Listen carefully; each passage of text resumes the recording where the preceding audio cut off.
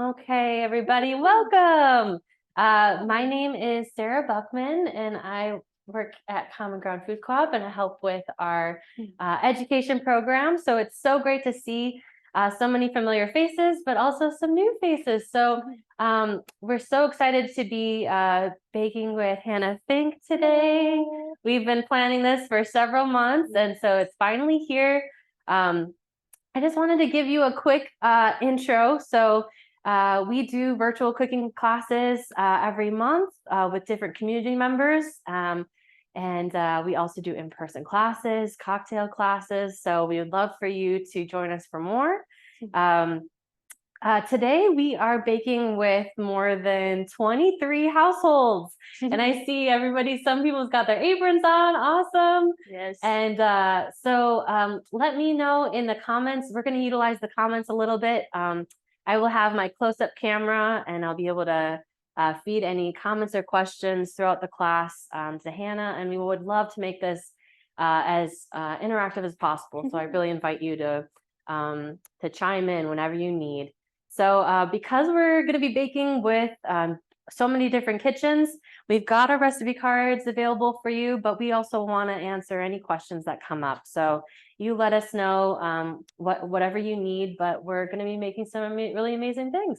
And Hannah, thank you so much for doing this today. We've been planning this for a little bit, and I'm just so grateful that for your recipes and for your time and all of the ways that you tried to tie in these local grains. So thank you so much for this. And would you be willing to introduce yourself to them? Absolutely. So my name is Hannah Fink. I'm a Fisher, Illinois native, music industry professional turned baker, self-taught, who is really passionate about whole grains. And I'm really grateful that Sarah here at the co-op is on board as well.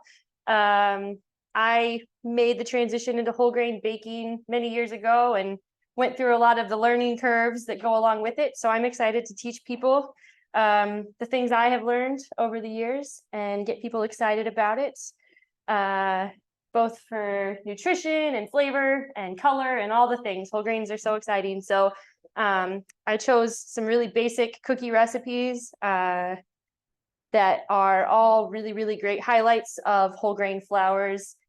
And yeah, we can get started on that so that we can get everything done in the time frame. So what cookies are we making, and what initial ingredients or what equipment will they need? Yes, so we are going to be doing some Einkorn Shortbread Cookies.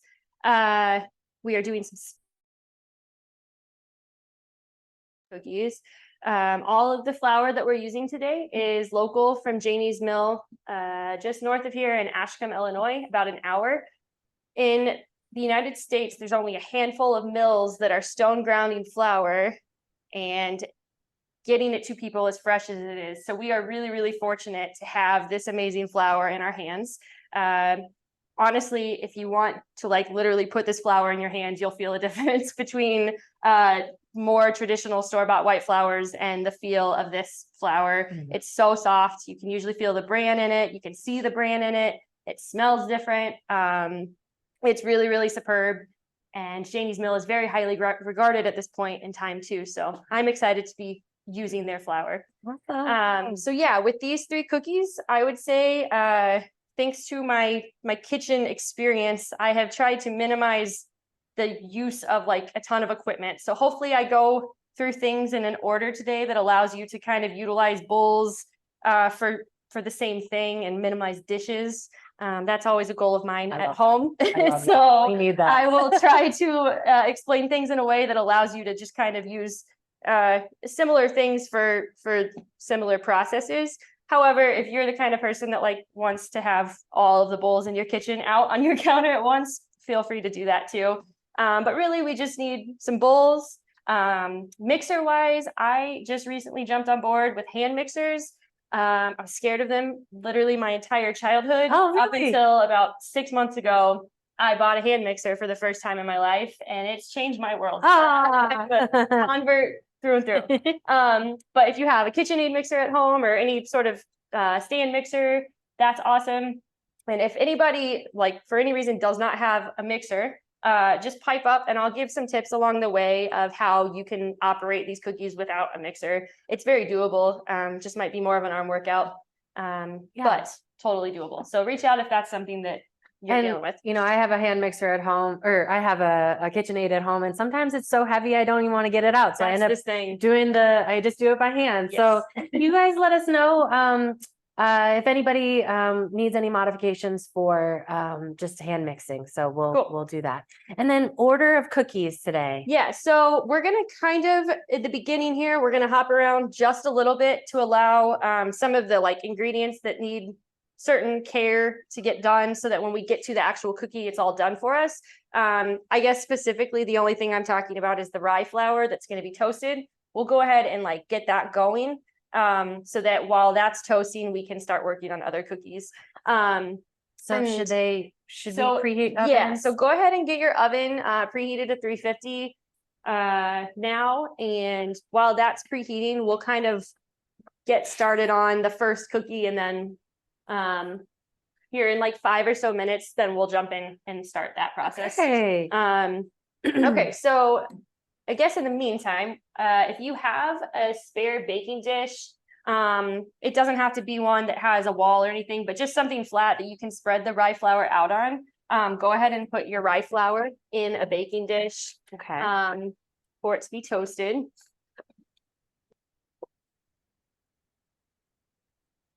Has anyone used Janie's Mill flour before, or anybody using it for the first time? I'll have some short stories to tell later when we have gone to visit Janie's Mill, and they've got some really cool stories. So it's an awesome place. Another note too, I know that on the recipe cards, there was a note about getting your butter and eggs out in advance. If you haven't done that, no worries, but go ahead and get that out now. And maybe set it in a warmer place in your kitchen. One of my go-tos is like while your oven's preheating, if you put it closer to the dial in the back of your oven, that always tends to be a really warm spot because that's where the ventilation goes.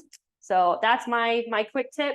But you can also microwave for anywhere from like 5 to 10 seconds, depending on how beefy your microwave is. Some are built differently for sure. So we're going to go ahead and start in on the Spelt Linzer cookies, just because these will need the longest amount of chill time. Okay. And we'll get those done. And while that's chilling, then we'll kind of move into another cookie, and we'll just kind of like flow into each cookie until they're all done. And then we'll wrap it all up at the end with how to actually assemble the cookies and bake them. Love it. That's the goal. So we preheated the oven at 350. We put our rye flour into some sort of casserole or baking dish. You can use whatever dish you want. Yeah. Anything that's oven safe, just toss it in. You don't need any sort of parchment paper. It just can go straight in there. Mm-hmm. Just something that allows it to kind of flatten out so that the oven gets to a majority of the flour at once, kind of thing. So Eve says, hand mix info, please. Okay. And then Melissa and Glenn, hi there, said, what should the depth of the flour be? That doesn't matter too much. I just like to give it as much surface area as possible, just because that like kind of ensures even toasting throughout. But I mean, we have ours in a maybe 2-inch or like 1.5-inch casserole dish, and it's barely coming up the sides. So yeah, it doesn't matter too much.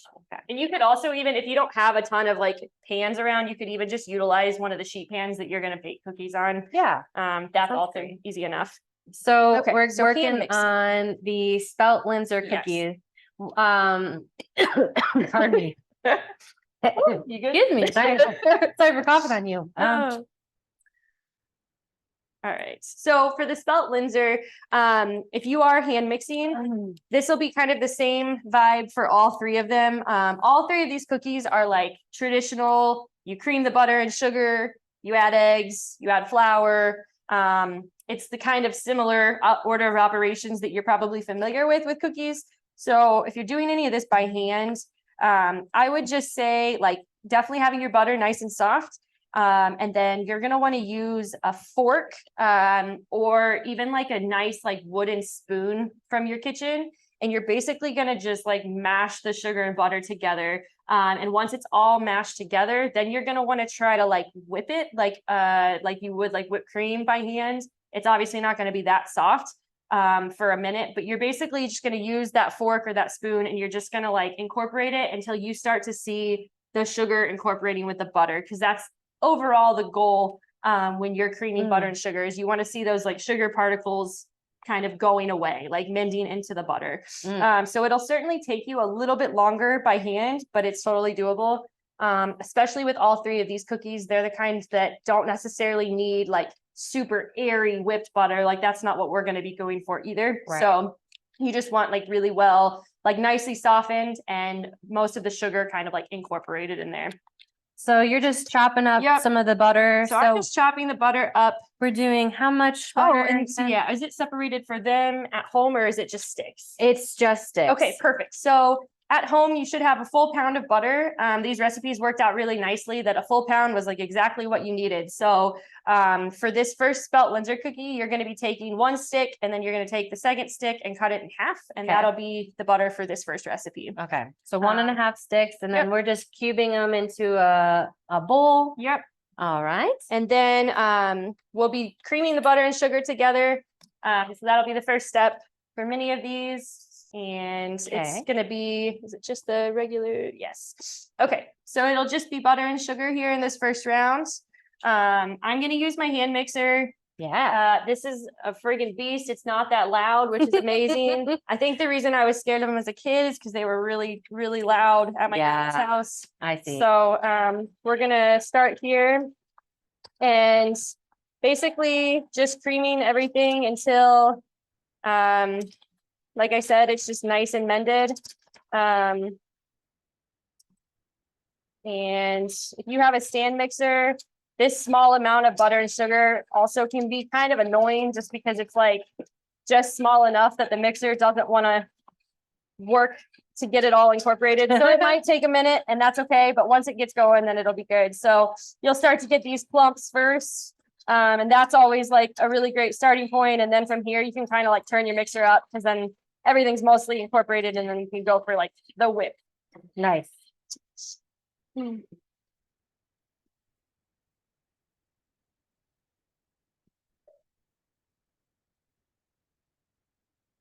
Has anyone ever made these types of cookies before? I know everyone's probably made the chocolate chip ones, but yeah, I'm curious. I'm curious if anybody's made Linzer before. Linzer cookies are something that I like was unfamiliar with until I worked at a bakery that made them. And one thing that I love about Linzer cookies is that like they start off really nice and crunchy, right? And then like the longer the jam sits in them, they just kind of get this like really softness to them from the moisture. Nice. So they kind of transform. And like some people were like diehard, like, no, I like my Linzer day of crunchy. And then some people were like, I like it soft the next day or whatever. So you might develop preferences here on that note. So I just slowed my mixer down. If you have a hand mixer, I slowed it down a little bit so I could kind of like capture more of the butter at once, because it was kind of just flinging it all around. And then I'll turn it up once I can see that it's really softening.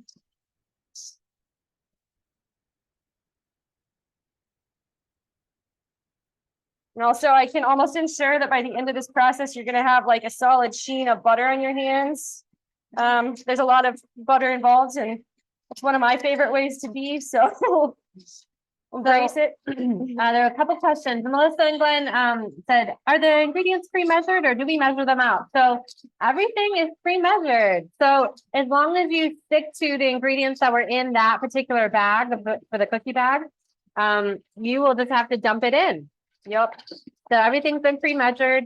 Liz says, I've only eaten them in terms of experience with the cookies. Cool. And then Eve said, have made bread, never cookies. So awesome. I love this. And hopefully there's enough cookies to go around that you'll be able to either gift them to Valentine's or keep some dough in the freezer and have them to bake off whenever you want. Yes. One of my like pro tips with cookies, I'm a huge cookie person. So I'm going to scrape down the side. I just stopped the mixer for a second. I'm going to scrape down the sides just to kind of like collect everything. This is honestly almost right where we want it. for this kind of cookie. So I'm not going to mix it too much further, but I'm just scraping down the sides so that we can like get any stray chunks that maybe haven't gotten away. And it's really kind of collecting together now. Yep. And I've noticed that it starts turning a little bit whiter. Yep. So that's a good sign. Yes. But yeah, having freezer cookies around, like if you make a batch of cookies and know that you're not going to eat them all at the same time, like always just stock that freezer with cookie balls, because like then you have them on demand, and that's one of the greatest things. So it's a gift to self or your loved ones or whatever. Yeah. All right.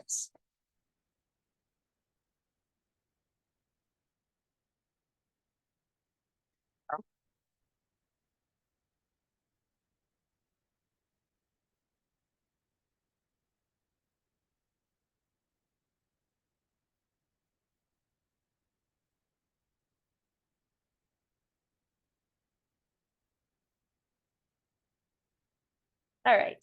So we'll leave it like that.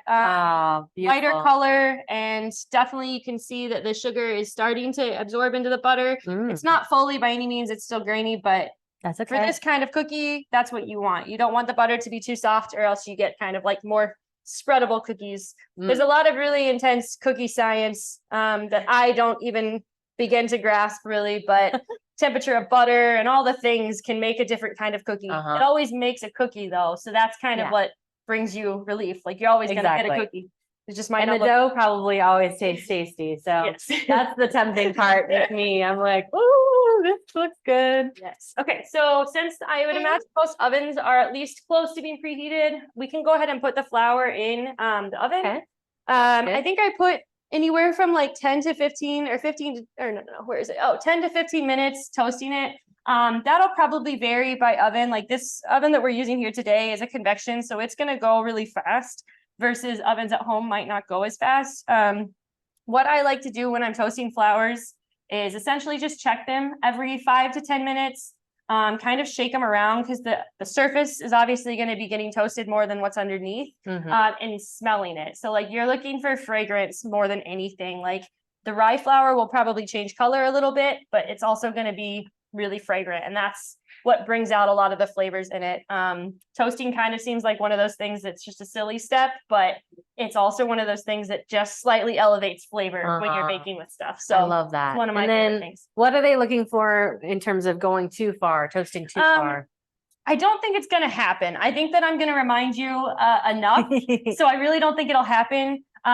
It would, I mean, honestly, even like flour that's starting to like get close to that burning point would probably be really flavorful and delicious. Okay. I think that our goal is to not char our flour, but I don't think it'll happen. I'm going to remind you. That sounds good. So we're putting the rye flour in the oven, and when we're going to set a timer for 5 minutes. Oh yeah, gloves. Oh, stop it. Perfect. Just some here too. Okay, cool. So we'll then jump back into the Linzer cookies now, and kind of keep going with that process while the flour toasts. We have a timer set on. I'm gonna set a timer right now for 5, and then we're all good. Okay, so with the butter creamed about what it is, I'm gonna go ahead and scrape it down again, just so that it is all kind of collected at the bottom of the bowl. If you have a smaller bowl that you're using at home, it might not spread out as much. We're just using a bigger bowl for a small amount of ingredients, so it kind of likes to go every direction. Yeah, a splatter. A good old splatter. Okay, so with the butter creams, we're going to be adding one of the eggs from our egg basket. Okay. And these ones come from Allison Centennial Farm, so they're super local. Awesome. And then we'll be adding the vanilla as well. Okay, so 1 egg and all of the vanilla. My favorite. The smell of vanilla is one of my favorites. Yeah. This looks awesome. It has vanilla beans in it, which will always make prettier dough. Ooh, yeah. Yeah, it's pretty cool. Okay, so then we're essentially going to just continue creaming these together. With eggs, the reason I had you take them out to be room temp is that when you are adding them to butter, they have a strong tendency to like want to make the butter separate once it gets incorporated, just because of the temperature differences. So when you have room temp ingredients, like across the board, then you get the most even batter across the board. Mhm. So that's kind of the same with cakes, with anything that involves cold ingredients and dry, or room temp. Yeah. It's makes best to sense. have them all on a level playing field. Cool. All right. Everybody doing good so far? So we're just adding the egg and the vanilla into the butter and sugar.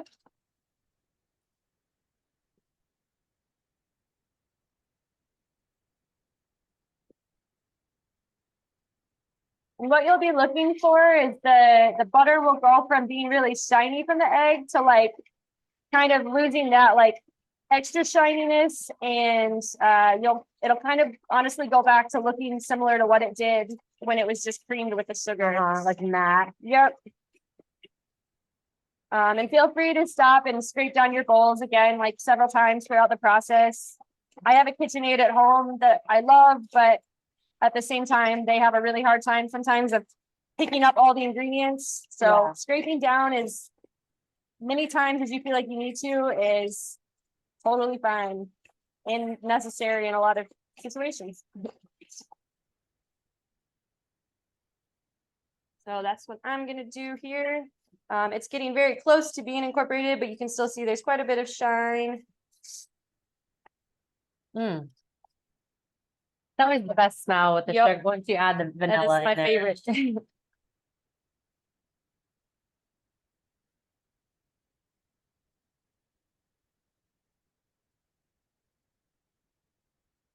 That's awesome. And then I would love to talk with you a little bit about tooth butter. Yeah. So tooth butter is the thing I'm doing right now. I am officially a permitted cottage bakery here in Champaign County, which is an exciting thing.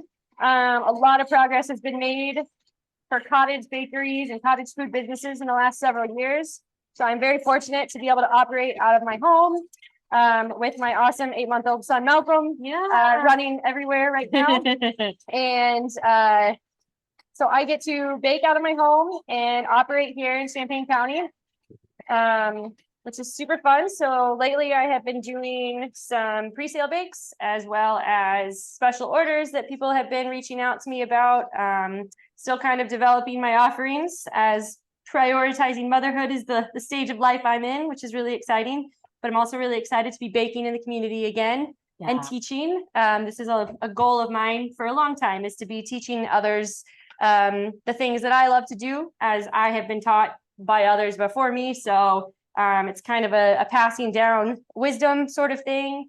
And it's also invigorating to get people invigorated about ingredients and where they're getting them from, and what they're putting in their bodies, and the people that are helping facilitate getting this food to you. So Janie's Mill happens to be a really incredible mill, staffing a lot of really awesome people. Their local community is highly staffed by Janie's Mill. Yeah. All of the flour, the grains are grown just within miles of the mill, and everything is milled almost immediately before it's packaged and sent out to people. So you're never going to find like fresher flour where we're at than from Janie's Mill.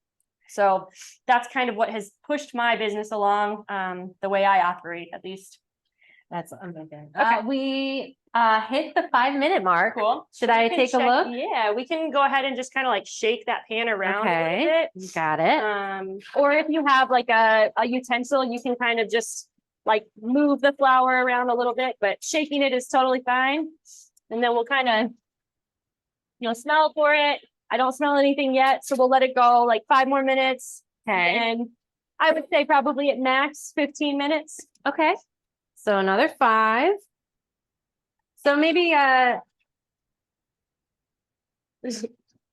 just one moment.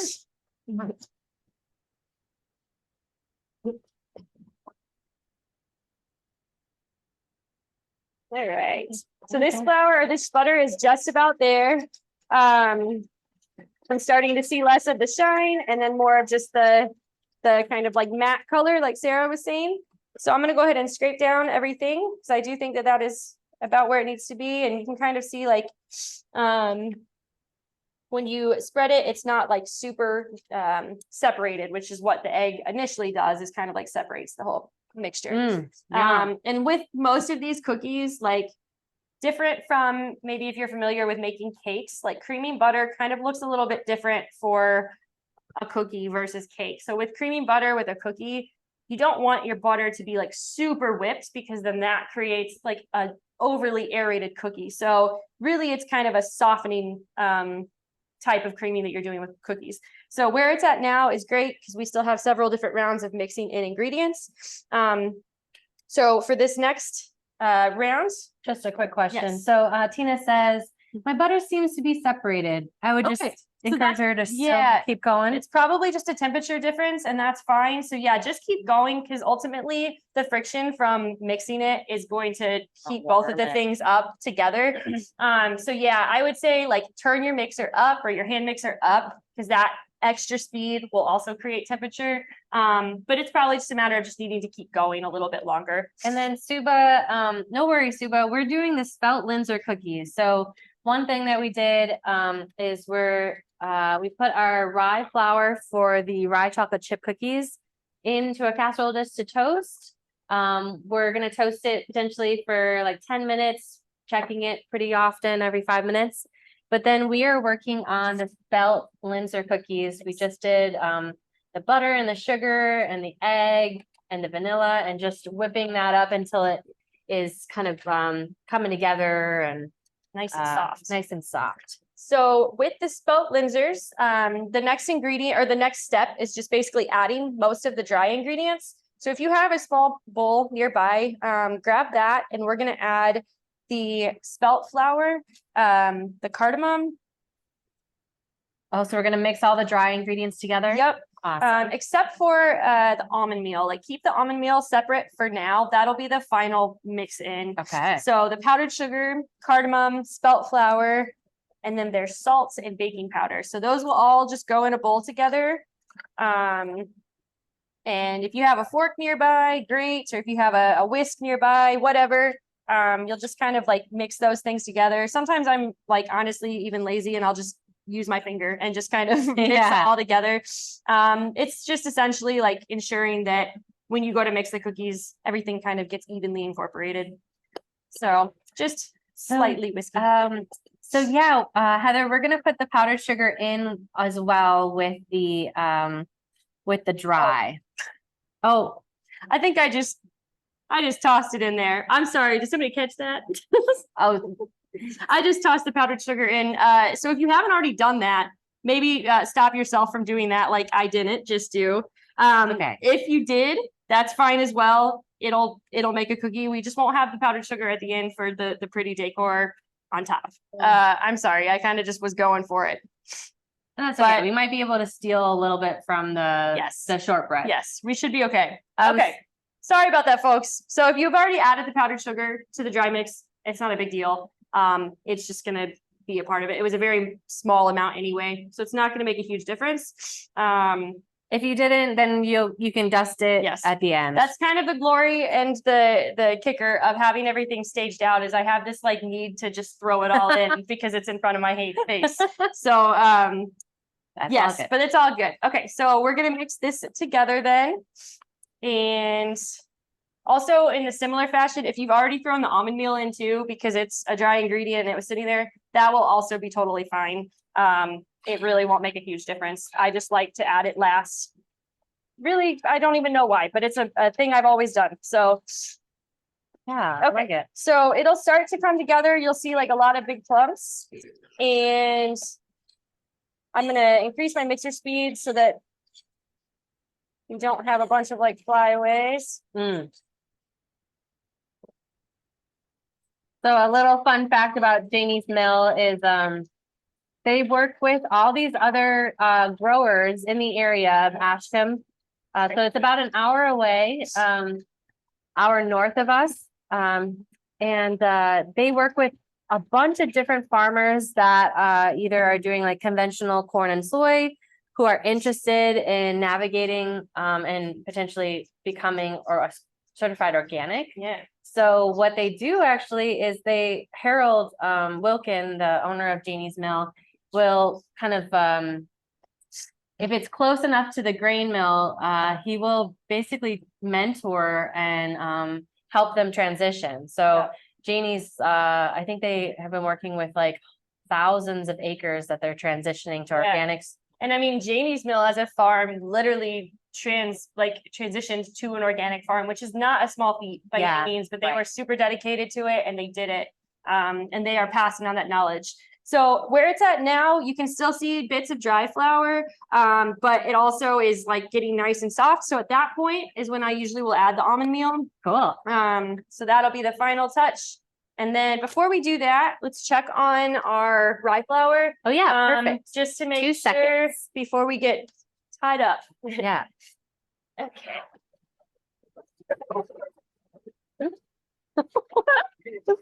Hello. Here, we're good.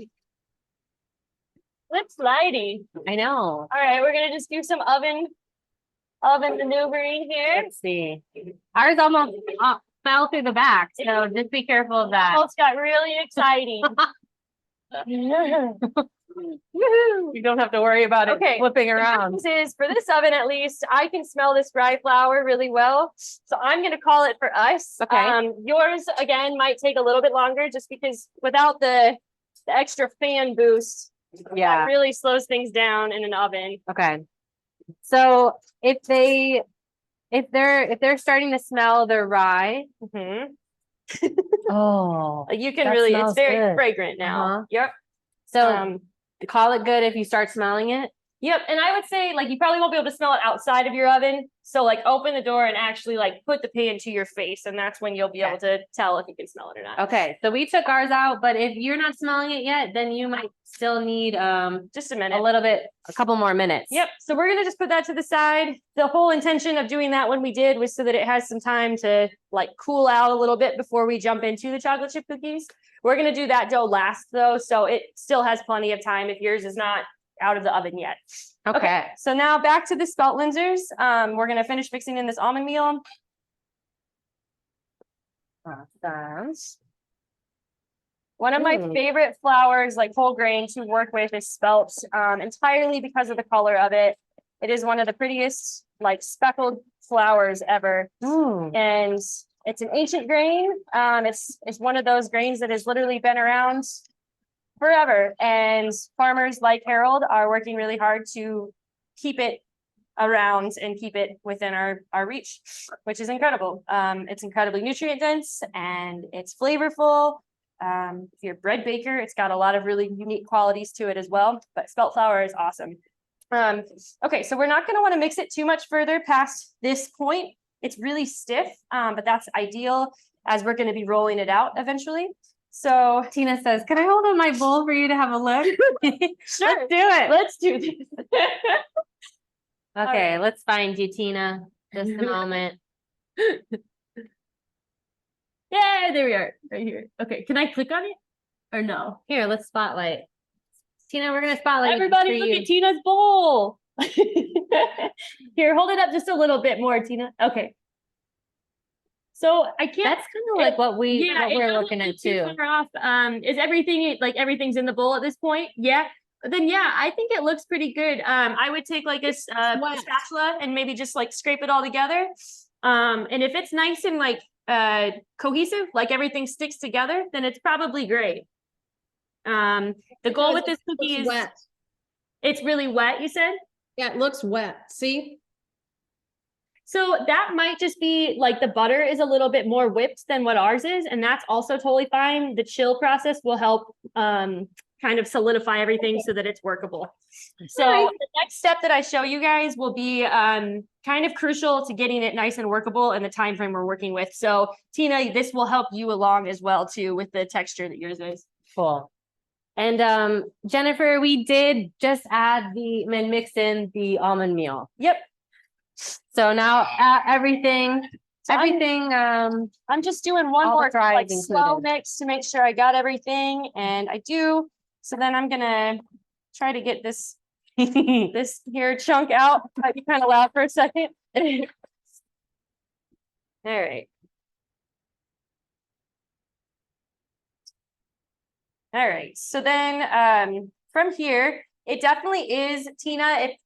Mine is actually pretty sticky now that I have it off of the beaters as well. So stickiness and the softness is kind of to be expected with this since it has the egg and everything in it.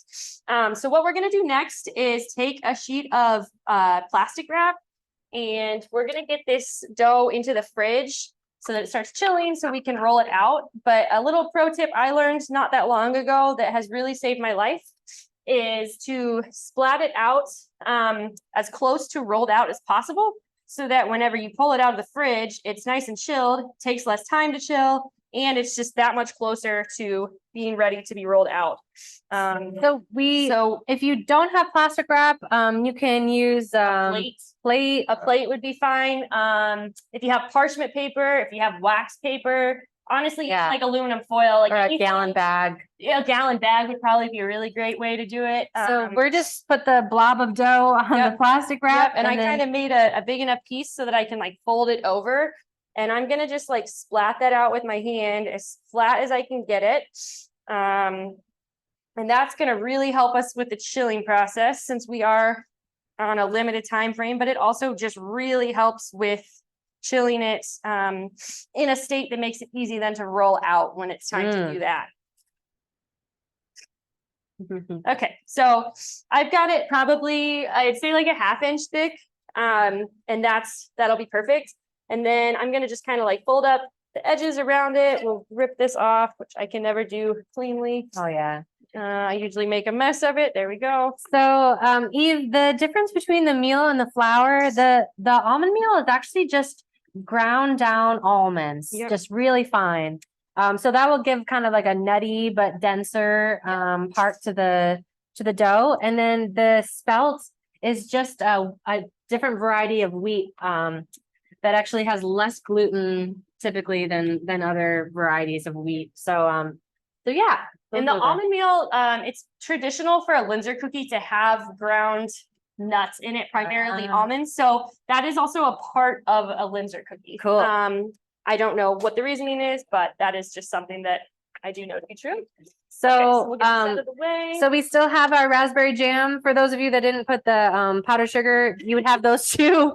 But that's okay. If you did put the powdered sugar in, we might be able to steal some shortbread, but we'll see. And if not, that also is literally just like a little extra flair that people like to do. So honestly, if you have any powdered sugar at home, it will like probably take less than like a tablespoon. So if you have some at home, don't worry about getting it out now, but when that time comes, I can walk you through that. Oh, okay. Quick question. Yes. Should we still have our oven on? Should that just still be going? Solid 350. Unless it makes your kitchen like really hot. If that's the case, feel free to like turn it off in between rounds. But I would say just for the sake of getting everything done in the 2-hour time frame we're in, you can probably just keep it turned on. We'll have shortbread cookies in there soon enough, and then the chocolate chip cookies hopefully after that. So if you haven't taken your, if you haven't checked your flour yet, now is a good time. I'm thinking most people's are done. Yep. Let us know if you start to smell the rye. It has that like kind of sour but nutty smell. Yeah, I would say a word that really gets attached to most of these flours is just nutty a lot. And I don't really like know how to explain that, but it's kind of like once you smell it, you would understand. Spelt is especially nutty, rye is especially nutty. The Einkorn Shortbread Cookies, I'm honestly most excited about. I learned, which we're going to do those next, so I'll kind of talk through that as I start actually. That's good. Yeah, it's tasty. Feel free. I mean, the cardamom is a nice little touch. I love that you put that in there. Yeah, it's nice. I like it. Yeah. Okay, so we're going to move on to the Einkorn Shortbread. The reasoning behind this is honestly because it's so similar in dough that it kind of allows us to just transition with the bowl. So you don't really need to clean your mixer beater off. You don't need to clean your mixer bowl out. If it looks like mine, then you're good to go. Right. Everybody doing okay? You let us know. So yeah, we're gonna move on to the shortbread cookies. Yep. And we're not washing anything because it's basically we're going rogue. Very similar. Okay, I'm gonna get there. As soon as I get the mixer beater in, there we go. Okay, so we are moving on. Something's off here, folks. 1 second. We're not gonna get mixer very well like that. All right, Nice. there we go. Nice. Still learning the hand mixer thing. Okay, so the shortbread cookies. Shortbread cookies are like one of my favorite things ever because they are so easy, but they have so much butter that they are just like one of the most flavorful cookies as well. I also once learned from a pastry chef that I really love that the best way to take a new flour and learn about its flavor profile is to just make a shortbread out of it. The extra fat from the butter, the toasting of it, the sugar, like it brings out the salt, it brings out all of the flavor profiles of that flour. So like what is really special about the Einkorn shortbread is that it's an amazing flour and it gets showcased with a cookie as simple as a shortbread cookie. So, and I love that Yes. we have a really cool addition to yes, the so we've got shortbread. some flair. Yeah. I was telling Sarah before class that I learned a pro tip with these flours here just this week because I made a batch of them. So I know the ingredients or the recipe card says that we're going to weigh the flours down, but the kind of flours that we got actually makes that not necessary. So you can kind of ignore that step. I would say that step would be necessary if you were to get your hands on some fresh flours. You would definitely want to press them so that they are as flat as possible going onto the cookie. They're so But for the pretty. dried flowers, yeah, they're amazing. And we're so close to pansies here in Yeah. the Midwest, but not quite. So, but they kind of made me feel like spring yesterday when it felt like spring. So that was really nice. But these flowers are going to get added to the cookie in the middle of the bake now versus at the end. It helps it stick a little bit better so that you don't have, as that butter dries or like cools in the cookie, a lot of the flowers were kind of falling off. So what I found, it bakes better and it holds on better if you do it like mid-bake. Okay. So just follow my lead on that. Whenever we start the oven time with baking these cookies, I'll make mention like at about anywhere from, I don't know, 5 to 7 minutes into the bake, we'll pull them out and just place a cookie on each. They stick really well because the butter's like melted at that point. So another pro tip, if that doesn't work for you, is at home yesterday, I made like a really, really easy, simple syrup. So just sugar and water, equal parts, like literally a tablespoon of each, and melted that. And then I used a brush and I just painted it on the cookie and then put the flour on top of that. So then as that cooled, it stuck the flour to the cookie as well. A sugary glue. Yeah, so that's another little sneaky tip on that. Cool. Okay, so for these shortbread cookies, same situation. We're going to be creaming the butter and sugar. I will save just a small little bit of powdered sugar out of here so I can show you at least one pretty Linzer cookie.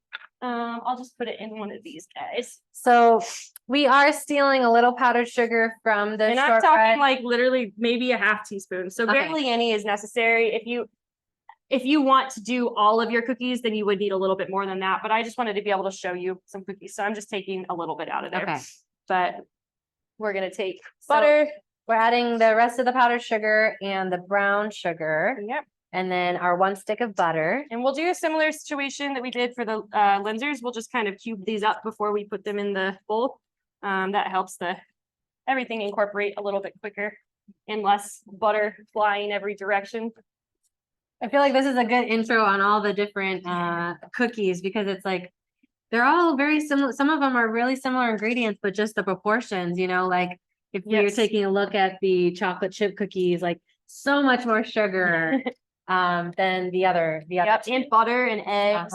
That's kind of what I mentioned earlier is like you have this weird cookie science and it's all just similar variables, but different quantities and different temperatures, and it creates different products, which is really interesting. So yeah, we're just going to be creaming this same way we did before. And I don't know if we mentioned that we put the dough from the first cookie for the Linzer cookie in the fridge. So definitely feel free to put it in the fridge. You'll definitely want to put it in the fridge and have it nice and chilled before we go to roll it out. So yeah, it's one of the other reasons why we flattened it out because that'll help it chill really fast. I am sending flour every direction. I love it. We're mixing up the powdered sugar, brown sugar, and butter right now. And it's a dry mixture right now, but it will get there. Yep. Tuba, if you wanted to add all the powdered sugar, you're absolutely welcome. We we added a little bit of our powdered sugar in the last cookie. And so we're saving just a little of the powdered sugar from the shortbread cookie so that we can garnish and sprinkle just a little powdered sugar on the first cookie. So if you didn't yeah, so overall you can just add all the powdered sugar Yep. in.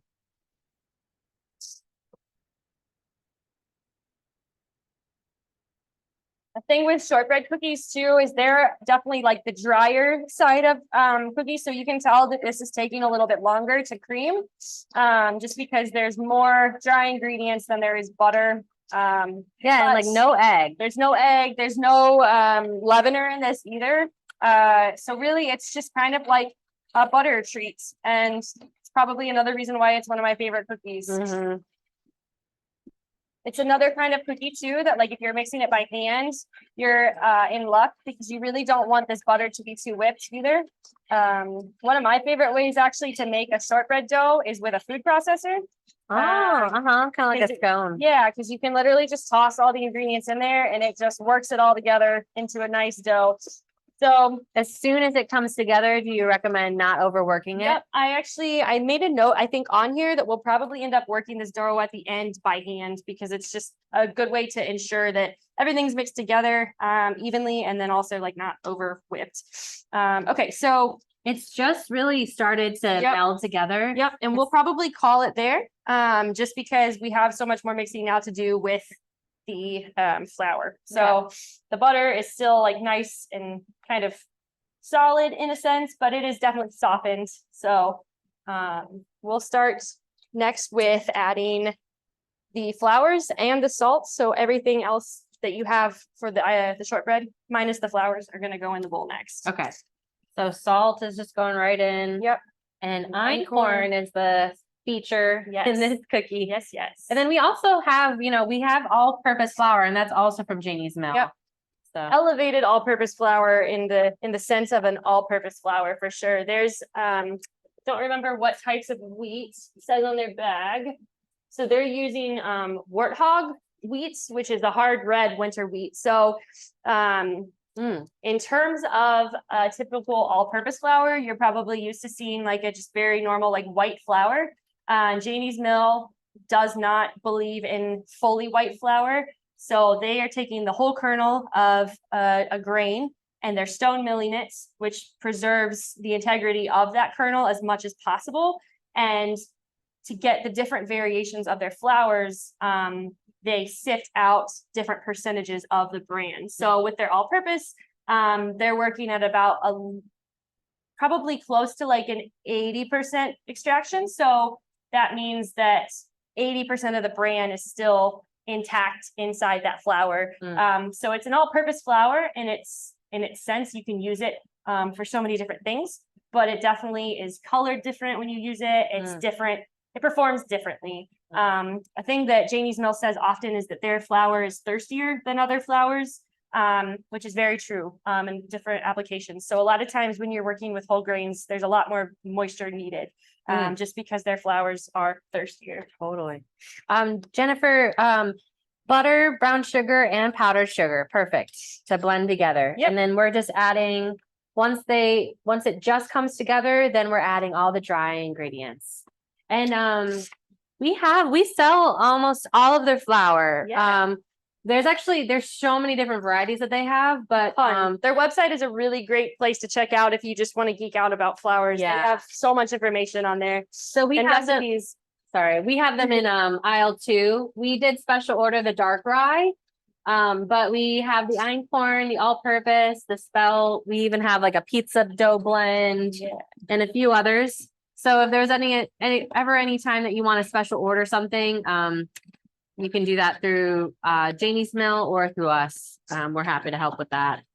So mixing this in a mixer, you will see that it starts out very, very dry, and it looks as if there's no possible way this is all going to come together. But that's kind of the glory of shortbread, is that literally the butter is holding it all together. So we'll just keep mixing it until it turns into a dough that we can really work with our hands. And that just takes a certain bit of softening of the butter and it'll be pretty obvious, similar to the Spelt Wait. Linzer dough. We might have, maybe the all-purpose. Is there's, oh yeah, we're good. Okay. Yep, we're good. Forget which one goes with the, oh yeah, the rye. Okay. Okay. Yep.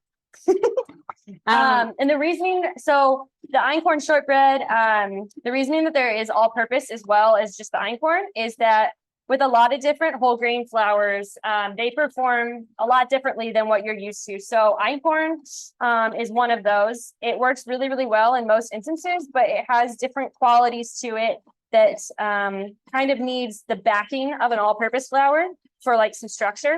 So that is partially why this recipe isn't just 100% Einkorn.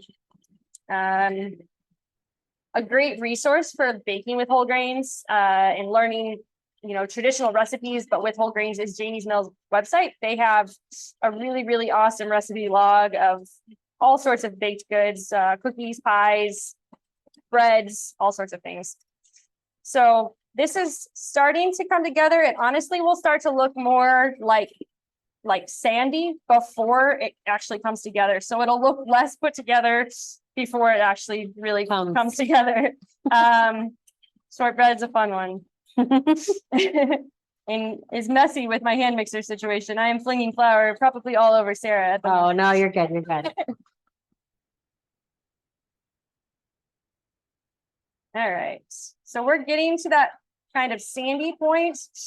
And from there, you just kind of keep going and it'll then start to turn more into a dough. If you were using like a food processor, for example, like this would happen. And then all of a sudden you would just have a dough ball. Which is one of the reasons why I really like working with a food processor for this is because it's just like immediately comes together. But with a hand mixer, it's just a little bit slower and that's okay. It's kind of funny how it does that. It like Yeah. tricks you, you know, Yep. you're like, oh. A lot of baked goods worth having are like that. They kind of get worse before they get better. They leave you panicking a little bit before You're like, you're is like, it wow, this is good. water? Yeah, don't start adding water at this No, point. no. It's not necessary. There you One go. thing we can kind of do to check how far along it is actually to just like get our hands involved. So when you kind of start to have something that looks like dusty like this, we can kind of start to like press it together. And you'll start to see like it's holding together a lot more, but we definitely still want to keep incorporating that butter. So we'll keep doing that. How's everybody doing? Let me know. Has anyone worked with Einkorn before? I'm really curious. Or I'm seeing some head shape. Yeah. Einkorn is a really great wheat to use in a lot of different ways.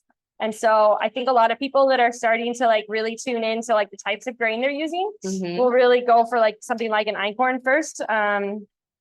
Both for flavor and also like nutritional benefits of it. It's also considered an ancient grain. So like it's something that's very nutritionally dense. Yeah. And a farm like Janie's Mill, the practices that they do growing the grain really ensures those nutrients stay intact so that the product you're working with truly is nutrient dense.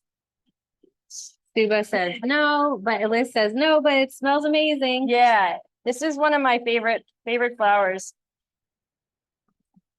So it's definitely starting to change. I'm also still flinging flour every direction. If that's happening for you, my apologies to your kitchen. But it's definitely getting closer. You're starting to see, so it goes from like sandy to you start to see like actual clumps. So here in a second, I'm going to stop this as well. And I'm going to just try to like push it together by hand again. And at this point, it definitely holds a lot. Oh, wow. So I think from here, just in a sense of not wanting to like overwork the butter and make it too warm, we'll probably be better off to just like squeeze it all together at this point. Okay. So Heather had a quick question. How Yes. long a log are we working towards, or how wide? I would say that's kind of up to you to decide. So for everybody else, we're going to actually take this dough here in a second and we're going to create like a roll out of it. So we'll cut our cookies from that. So I would say anywhere from like probably like 2 inches in diameter. So kind of maybe like trying to think of something to reference in that sense. Um, Honestly, kind of like, yeah, the size of like your plastic wrap box. Like it'll be a good size roll, but like we'll actually be to that point in just a second too, so I can just show you.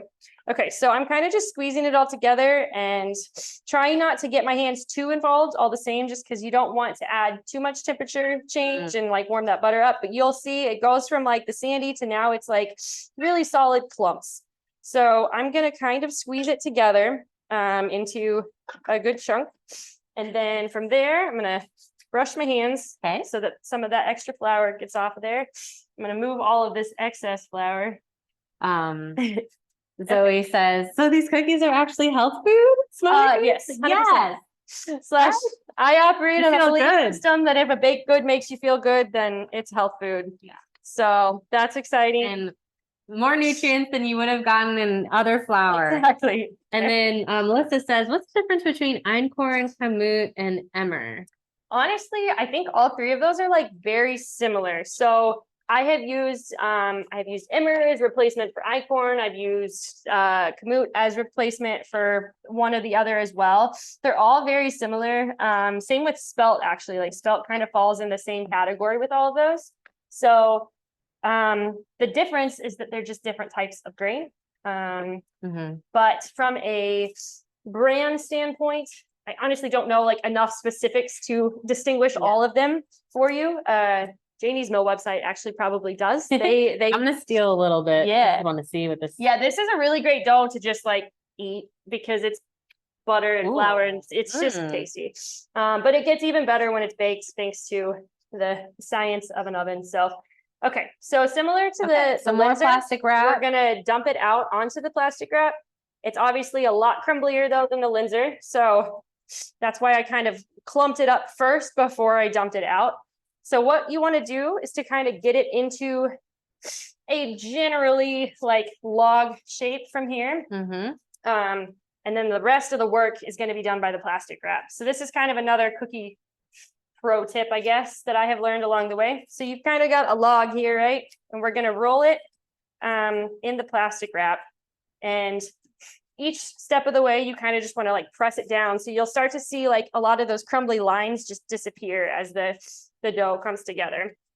Okay, so then once we have that, we'll kind of seal. And then from here, we'll just roll it, which I think I need to move. Yeah, sure. Okay, so then you kind of just like push it all together. You really can't like overwork this dough if you're doing this all right now by hand. So you really want to work it into a good log, and you want to see a lot of those like crackly lines like disappear. So you can kind of just keep squeezing it. And the good news with this cookie too, when we go to bake it, if you have any of those crumbly spots that are, you know, disguised right now, you can literally squish this dough back together before baking it. Shortbread is like a very forgiving cookie.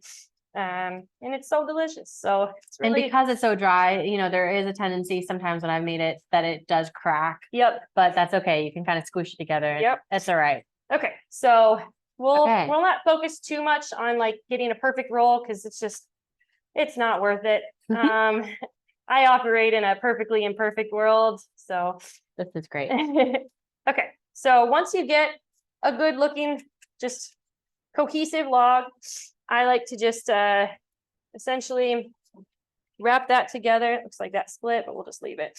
And then it'll go in the fridge.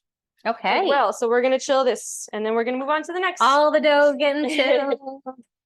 Okay. So then while we're here, we'll check the texture of the Linzer dough. At this point, ours is stiff, like it's holding up. Ooh, yeah. You can squeeze it, but for the best product, I think we'll just let that keep chilling while we do the next cookie. Okay, you got it. Cool. All right. Okay. So moving on to the chocolate chip cookies, which same bowl? Same bowl. Yeah. Same mixer. Yes. Honestly. That is the power of making 3 cookies at once. So like next holidays, if your family's pressuring you to be like the cookie person, know that cookies are honestly not too bad because you can just like make a bunch all at once. Okay. So for the rye chocolate chip cookies, honestly, these are very straightforward chocolate chip cookies. They're just elevated by things like flour that we happen to toast and really good chocolate. And even the texture of the chocolate just changes the overall cookie experience. So I'm never going to be one to say that I make the best chocolate chip cookie, because I think that is there's too many variables at play, and everybody has their favorite chocolate chip cookies. So, but we love everybody loves chocolate chip but cookies. it is a classic. So Right. it's one of my favorite things to make. It's one of my favorite things to gift people. I love chocolate chip cookies.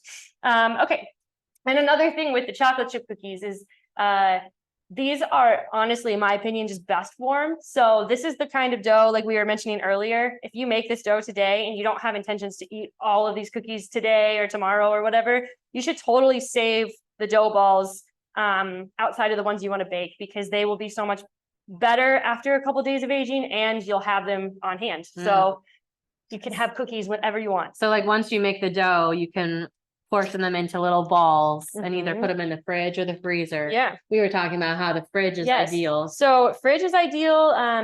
That's another little sneaky step into making like truly elevated chocolate chip cookies is what's called aging your dough. So keeping it in the refrigerator for anywhere from like 2 to even 4 days if you wanted to. That essentially just like lets all of those flavors and all of the different ingredients like meld even further, which honestly makes a huge difference in flavor. If you're ever curious about something like that, like try it out and try it on, given days or whatever, and you'll see a huge difference. So, and that's the secret to our chocolate chip cookies at the bakery? co-op. Awesome. Is we freeze our dough. We make a bunch and then we bake them off fresh in the morning.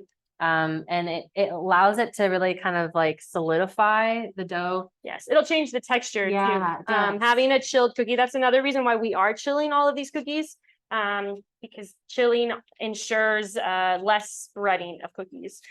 So we're putting in the butter, the 1.5 sticks. Yep. So that should be the rest of the butter that you have on hand.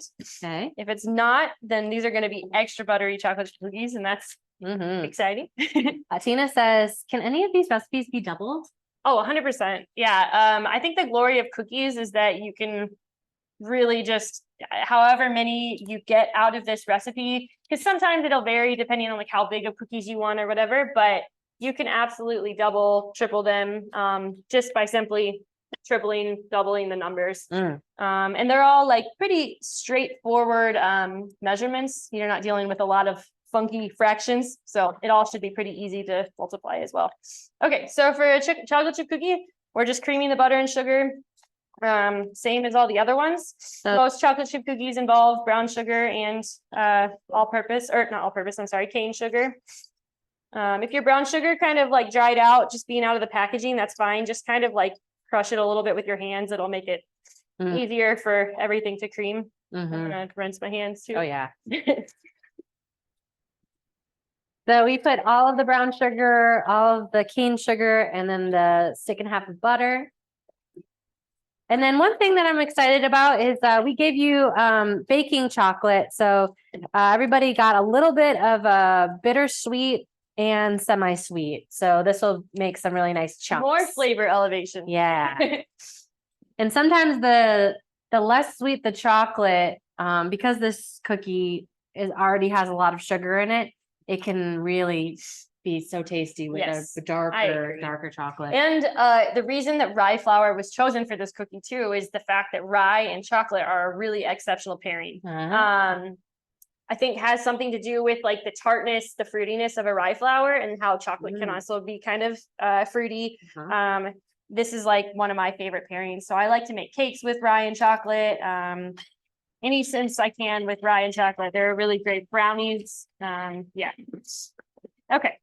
So for chocolate chip cookies, the butter and sugar comes together pretty easily because there is a larger amount of butter, unlike shortbreads. So, totally.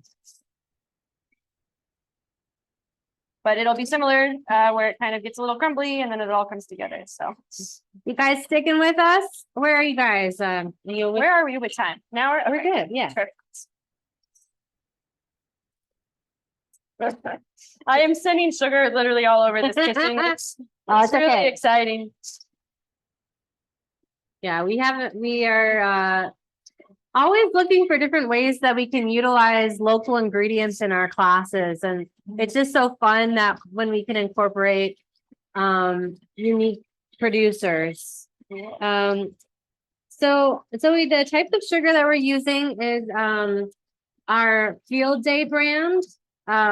It's a cane sugar and light brown sugars. It looks a little bit different than maybe some of the other sugar, like the other Domino brand white sugars. And the reason for that is that the sugar hasn't been bleached. Yep.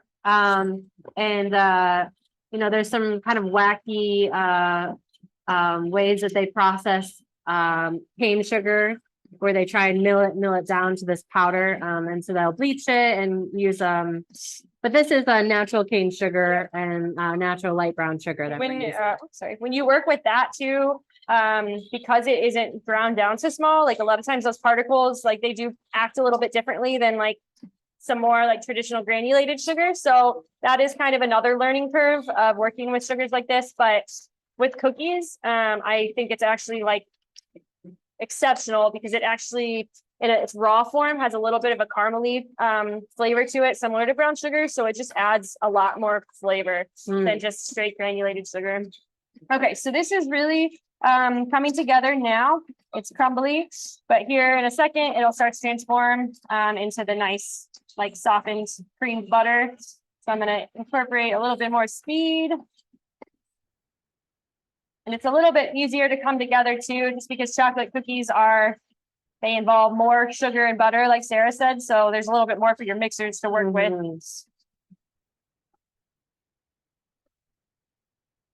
I would say like overall, like chocolate chip cookies has such a wet dough. So the chill time will be very crucial for the chocolate chip cookies.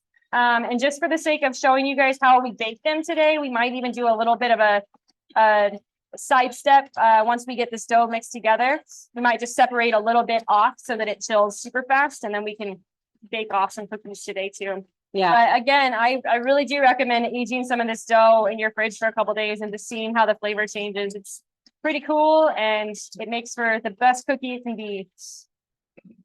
Okay. So yeah, you can decide whether you want all of them baked off today, or if you want to portion out any of your dough to save for later this week when you have a hankering. Or maybe if you're planning on these actually being Valentine's Day cookies, all of these cookies will be fine in the fridge or the freezer for several days. So if you like truly don't even want to bake any off today, but just watch us, then you could definitely bake these off on Valentine's Day or whatever day. These are all very straightforward, easy cookies. Okay, so this is getting pretty close. It's softened and it's kind of all coming together as one unit.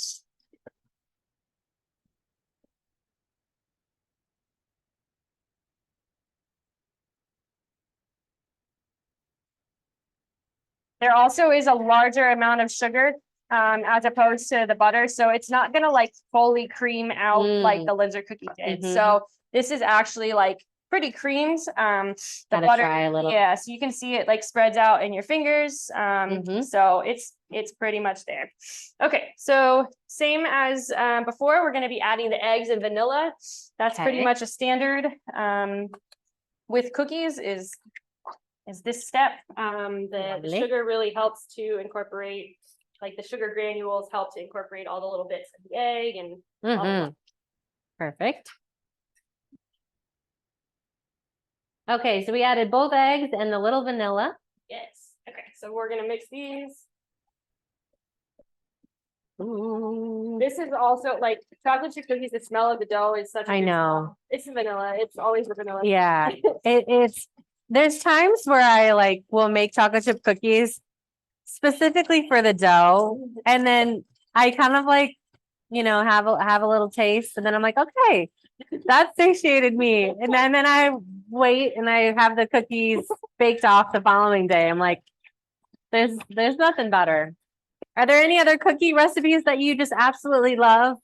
I would love to hear from you. Yeah, I feel like every family has a cookie recipe that's like kind of theirs or their grandma's or whatever. Yeah.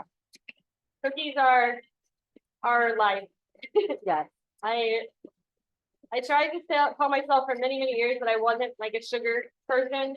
Or many years ago, and then I finally just learned that like I love sweets a lot. I just needed them to be the way that I like them, which is the same for anybody. Totally. I'm typically somebody that likes more savory than sweet, so like a lot of the sweets I make really lean more toward the less sweet, which isn't always the case. And that's kind of with chocolate chip cookies. That's why some people think like they prefer theirs over others, because some people like them more sweet, or some people like them more like crunchy or soft or whatever. These are a great cookie for like having a crispy edge and like chewy center. So that's my preference. Ooh, Okay, so this is pretty much there. that looks awesome. You can tell that honestly, one of the things I look for with like properly like mixed together egg and sugar is that the mixer beater starts to like leave a trail. So that's something that, like, you can kind of like look to as a reference point. You'll see like they kind of just leave a trail. But then as I scrape it down, I also can still see like little bits of egg. So I'll probably mix this like one more time real quick, and then it'll probably be ready for the next step. Melissa and Glenn said oatmeal dark chocolate chip cookies with flaxseed and brewer's yeast. Great lactation cookies. Sound like lactation cookies. And are delicious. That's awesome. And I lived off of granola cookies when I had just had my son, because they were an excellent treat in chocolate. Love it. And then Alex and Natalie said BA's best brown butter chocolate chip cookies. We think we might brown the butter for these rye ones next time. That's another thing. So I probably would have had as brown butter if we had like more time to work with, because that's truly like brownie butter elevates a chocolate chip cookie to the next level. Even if you're making any other chocolate chip cookie recipe, brownie butter just does something. Fancy. It's fancy. And I love it. You can usually tell, like if you eat a cookie that's been brown butter versus not, you can tell. Yeah. Okay, so for this next step, I am actually gonna like use my brain and look at each packaging before I just dump it all in. Unlike the first round. So the flaky salt is for the top of the cookie. So set that to the side. No flaky salt. Not quite yet. Okay. And then the salt and the baking powder, those are going to get added. You can just either add them into the container that your flour's in, or they can all just get dumped into the butter sugar mixture. Okay, so rye flour, the toasted rye flour, the baking powder, and the regular salt. Yep.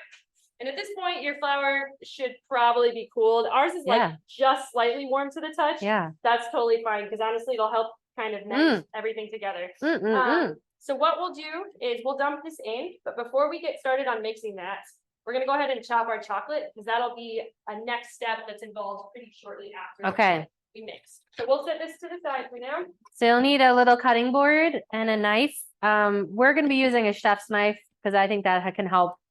Process. Yeah. Yeah. But and honestly, if you don't even have like if you don't want to chop the chocolate, if you put it in a bag and take like a rolling pin, for example, and just beat it, you can get the same effect. You basically just want chunks of chocolate. So I'm gonna take in each individual bar, and I'm just gonna kind of like work along. And you'll see it just kind of breaks off in shards.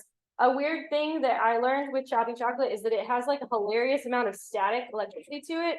Oh, really? Yeah. So by the end, you're gonna have like chocolate shards kind of just sticking to you and moving all over the cutting board. It's a strange thing I learned doing this often, but it sticks to the knife a lot too. I've noticed. Yep. Wow, interesting. So you'll just kind of go through each chocolate bar. And then how chunky do you want it? You're gonna end up with variable chunks, and that's ideal. That's what's gonna give you like a interesting texture and pretty looking cookie. So you like melty. Yeah. So some might be like this big, and some might be like this big. And then some are gonna be like literal chocolate shavings. So all of it's fine. But once you go through once, I might just like kind of do one more like rough chop just to break up any like truly like chunky chunks. And then we're gonna wait on that. We're gonna put this in a bowl off to the side. Just so that I can chop the other chocolate. If you have a cutting board that is big enough for all of it, then by all means you don't have to do this, but I'm just doing it so it's out of the way. And then I'm gonna keep chopping it. And is all of this chocolate for inside? Okay, perfect. So all of this chocolate is for inside of the cookie. So feel free to use all of it.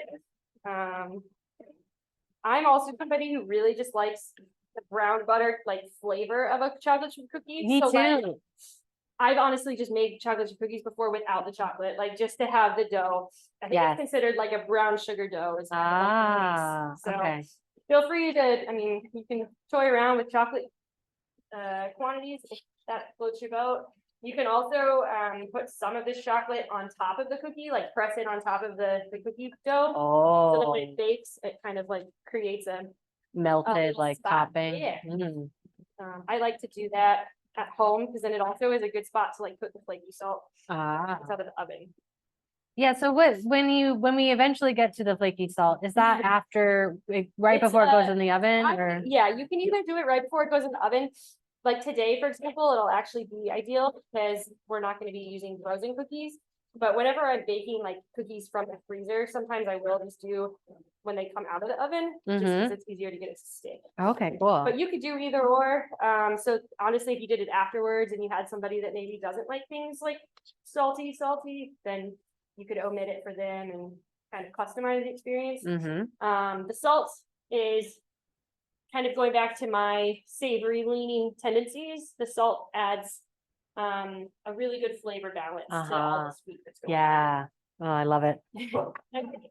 Okay, so we chopped up all the chocolate into chunks and shavings, and it looks so good. I'm excited to try this cookie dough. Has anybody been taking little bites of the cookie dough, or has it just been me? Hannah's been watching me. I know. I know. Okay.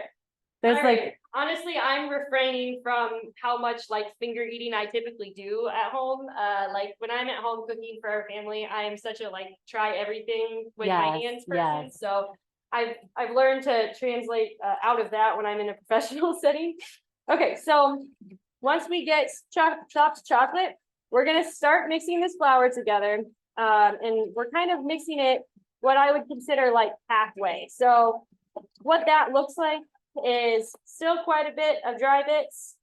Okay. And then some wet bits, right? And at that point, we'll add the chocolate. So that's kind of a good way to like not over mix a cookie, but then also evenly incorporate it. If we were to add chocolate at the beginning, it would probably still work out fine. It just would maybe leave some, because that chocolate is like variable sizes, it might just not mix as evenly. But with it mostly mixed, we can add the chocolate. It'll all be good.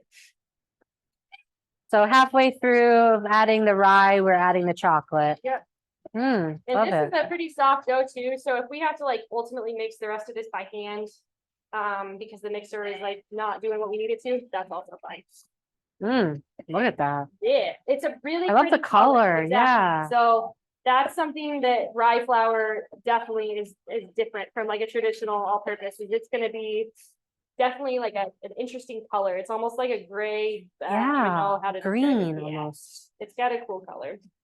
Okay, so I think from here I might just honestly incorporate the rest of this by hand because it's mostly put together.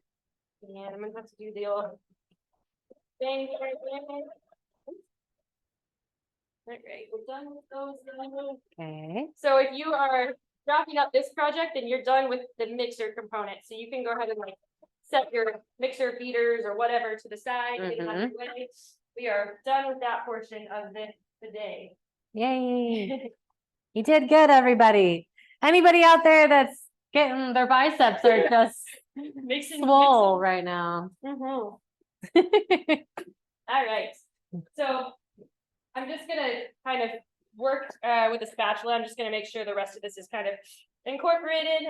Looking for like no random dry bits, and the butter has a tendency, especially with like a KitchenAid mixer, a stand mixer, the butter at the bottom has a tendency to not get worked into the rest of the dough. So it's always just a good measure to like scrape the bottom and just kind of fold it over itself and make sure you've gotten to all of those things. Okay, I gotta try now. Yes. My mom would always leave me the beaters so I could lick them off, or oh my gosh, so good. I like this cookie dough. It's tasty. Oh my goodness.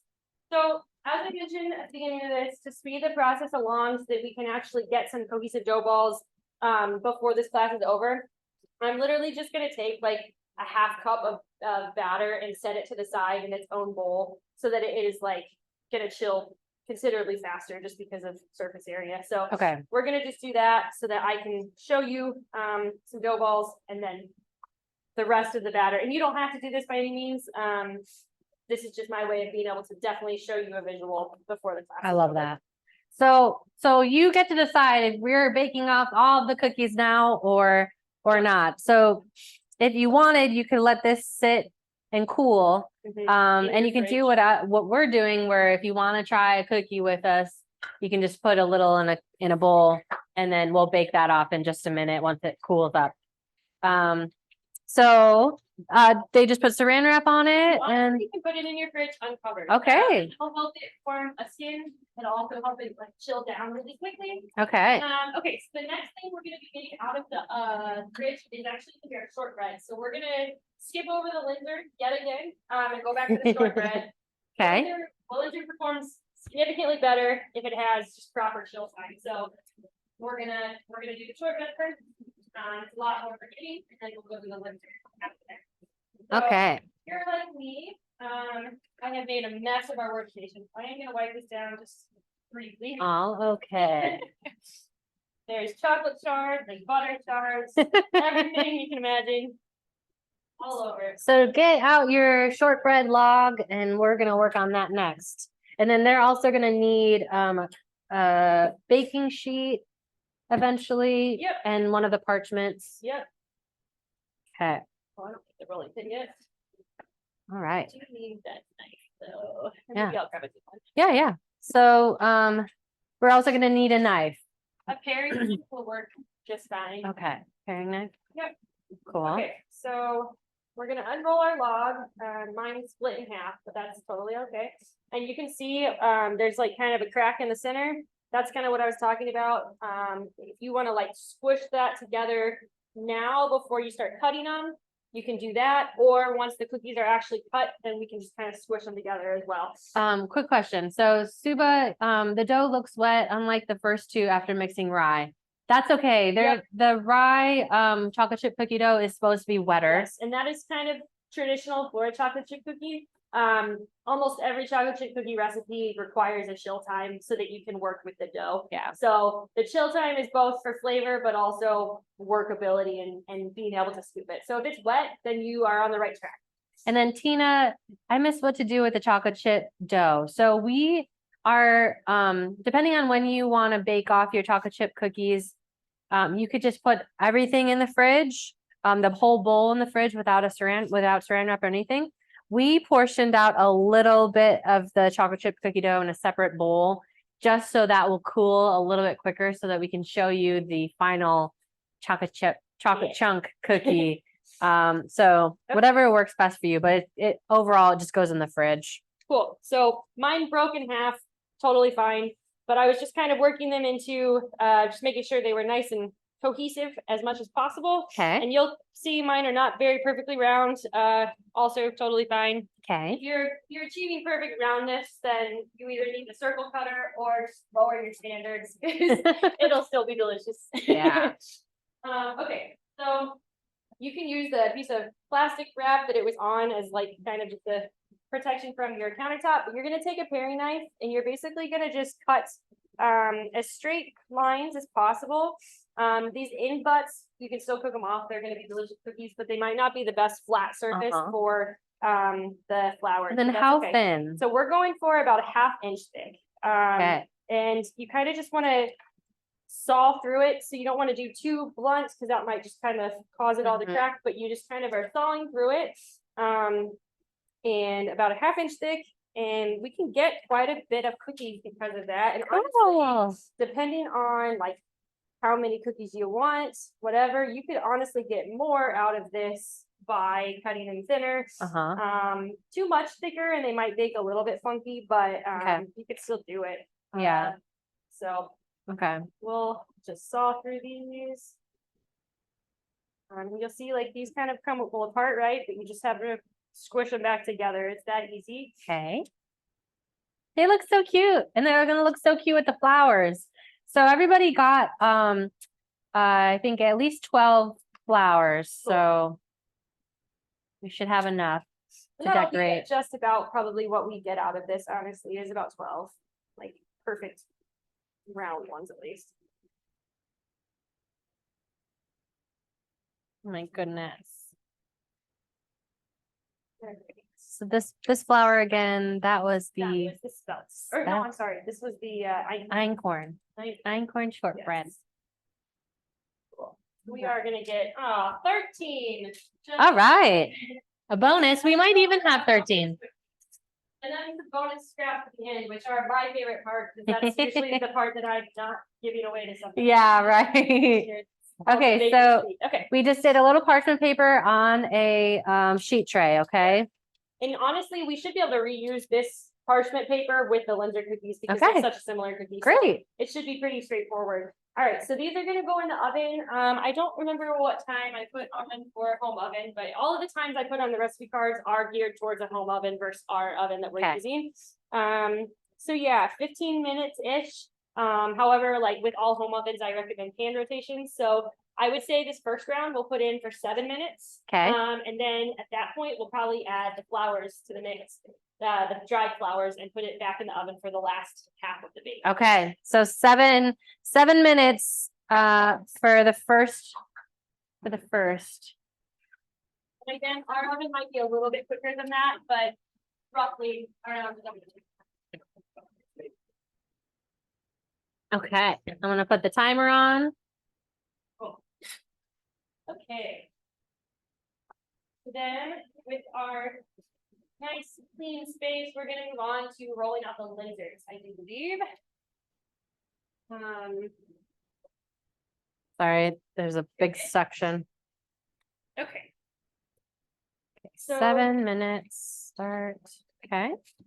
at Okay. home, I would imagine you might have some flour lying around. That might help you along with the rolling process if you have it at home. If you don't have any at home, that's also fine. You can use like the plastic wrap as kind of a barrier between your rolling pin and the dough to roll it out.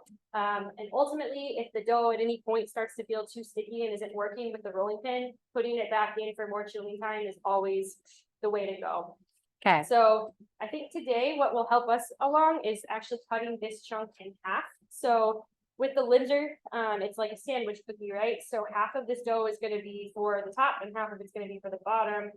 And each of them is going to get pressed with the cookie cutter a little bit differently. So it kind of helps to split it in half so you know Okay. what is half of your dough. So we just cut it in half. Yep. All right. Okay. Then I'm going to might steal a little bit of flour out of here just to show Sure. that. So this is a Janie's Mill flour bag. So we're just gonna use a little bit of flour just to dust on the edge, on the either Basically side. to dust on the dough, similar to like you were rolling out a pie dough or anything like that. Mhm. It just helps not have too much stickage. But again, if you don't have that like flour on hand at home, you can use plastic wrap. You might want to get like a clean sheet of plastic wrap versus the one this was in, just because it'll be a little less sticky. Right. But, And you've got a rolling pin, Yep. a beautiful rolling yep. pin. So this is one type of rolling pin. It's more of like a French style. There's more traditional ones with handles, whatever works here. And honestly, if you don't have a rolling pin, I have straight used wine bottles in the past. They are consistent. They work. And they work. So never somebody to worry too much about gadgetry, and always just resourceful versus. Oh, So look I how put a pretty, little little flour in, dusting. and then just put a little bit of flour on top. And this is in order to like ensure you're not dealing with too much sticking. You really want to roll as little as possible. So what's nice about what we did is that you've already got so much rolling out of the way just by how flat it is. And so with this dough, you really kind of want to just do quick rolls and then try to move the dough around as much as possible. And So it doesn't get too stuck. yeah, and honestly, after just a couple rolls, I kind of felt it a little bit sticky. So I'll put a little bit more flour down just to like ensure, but you don't want to use too much flour either, because then that just kind of changes the texture. So Yeah, and you're kind of rotating it as you go. yeah, and that kind of keeps it from getting too sticky. And that's a great technique also for pie crust. Pie crust is like the only way. It's just rotation, a lot of rotation. So you're really just trying to make it how thin, and you want to So- make them try to make them identical, so Yeah, it's as even easy. as possible. I would say versus like the half inch we did for the shortbread, you want to go for kind of like a 1/4 inch, so just slightly thinner than the shortbread cookies. And so I'd say we're about there. So what I'm Okay. gonna do is just kind of work my hand under, and then I'm gonna actually turn this over because the top part will probably be a little bit less sticky at this point than the bottom is. Great. And so turning it over, and from here, I've got a good slab of dough. So we recommended on the recipe to just use a lid of a mason jar, like a smaller mason jar. If you have one of those at home, great. If you have an actual circle cookie cutter, you're more than welcome to use that. You could use a cup, like a glass cup, Yeah. plastic cup. Basically, all you just need to ensure is that it is bigger than the heart stamp that we gave you. So as long as it can fit in the center like that or wherever you want it, then it's Yeah. a big enough circle. It Perfect. just might determine how many you actually get out of the dough. Okay. So we're gonna just optimize as much of the cookie space as we can get. I like to just press it in there and turn it. And what's nice about one of these is actually like a mason jar lid is that you can just press it out Right. once you stamp it. So Got another parchment we do have paper. another, but again, feel free, like you can reuse the parchment from the shortbread. So if you want to just set these pieces of cookie dough aside, you're more than welcome to do that too. These are gonna be so cute. Yeah. When I saw the photo of the heart, this, I think Linzer. it's just gonna be so great.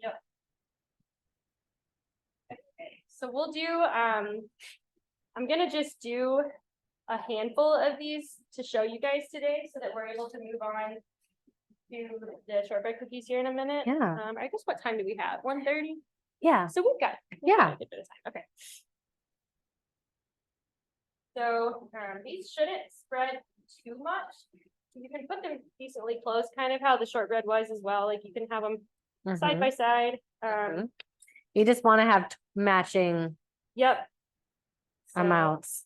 So depending again, on how many cookies you want to bake off today, you can do all of them. You can roll everything out, or you can do like we're doing. We're gonna do half and half. Yep.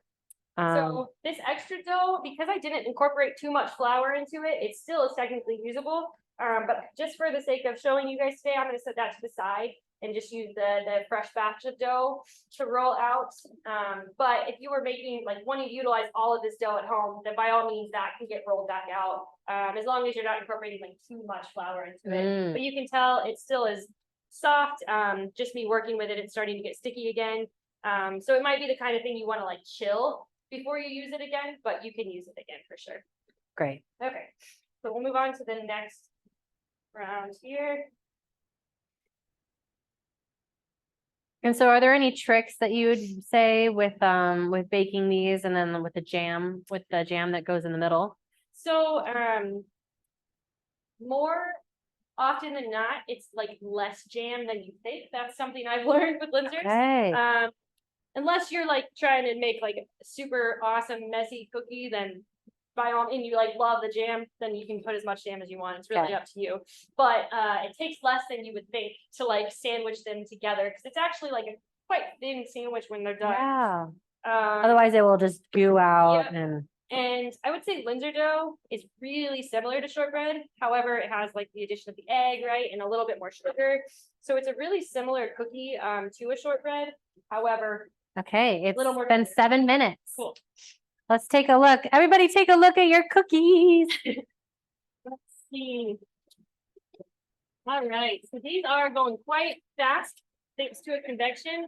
So what we'll do is we're gonna go ahead and prioritize putting the flowers on next. Okay. Do you think you recommend everybody do that with us? I would say if your cookies have any sort of like good butter sheen on the center, then feel free to put the cookies on. And honestly, your home oven is going to be a lot more forgiving than a convection oven.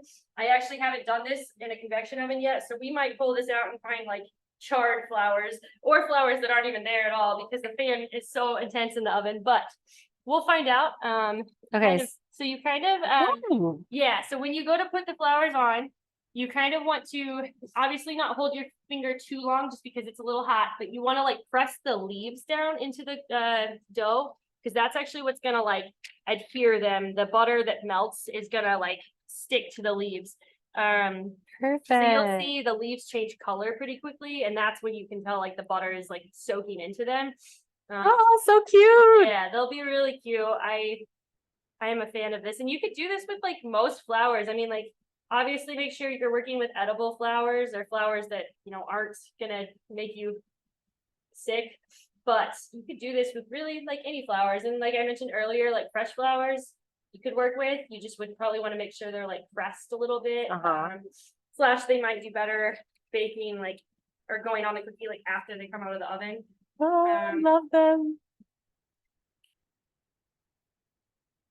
Great. So we'll find out. Hopefully the fan doesn't blow these away in the oven. Oh yeah. If it happens to do that and we don't have flowers on here afterwards, hopefully yours will look a lot cuter.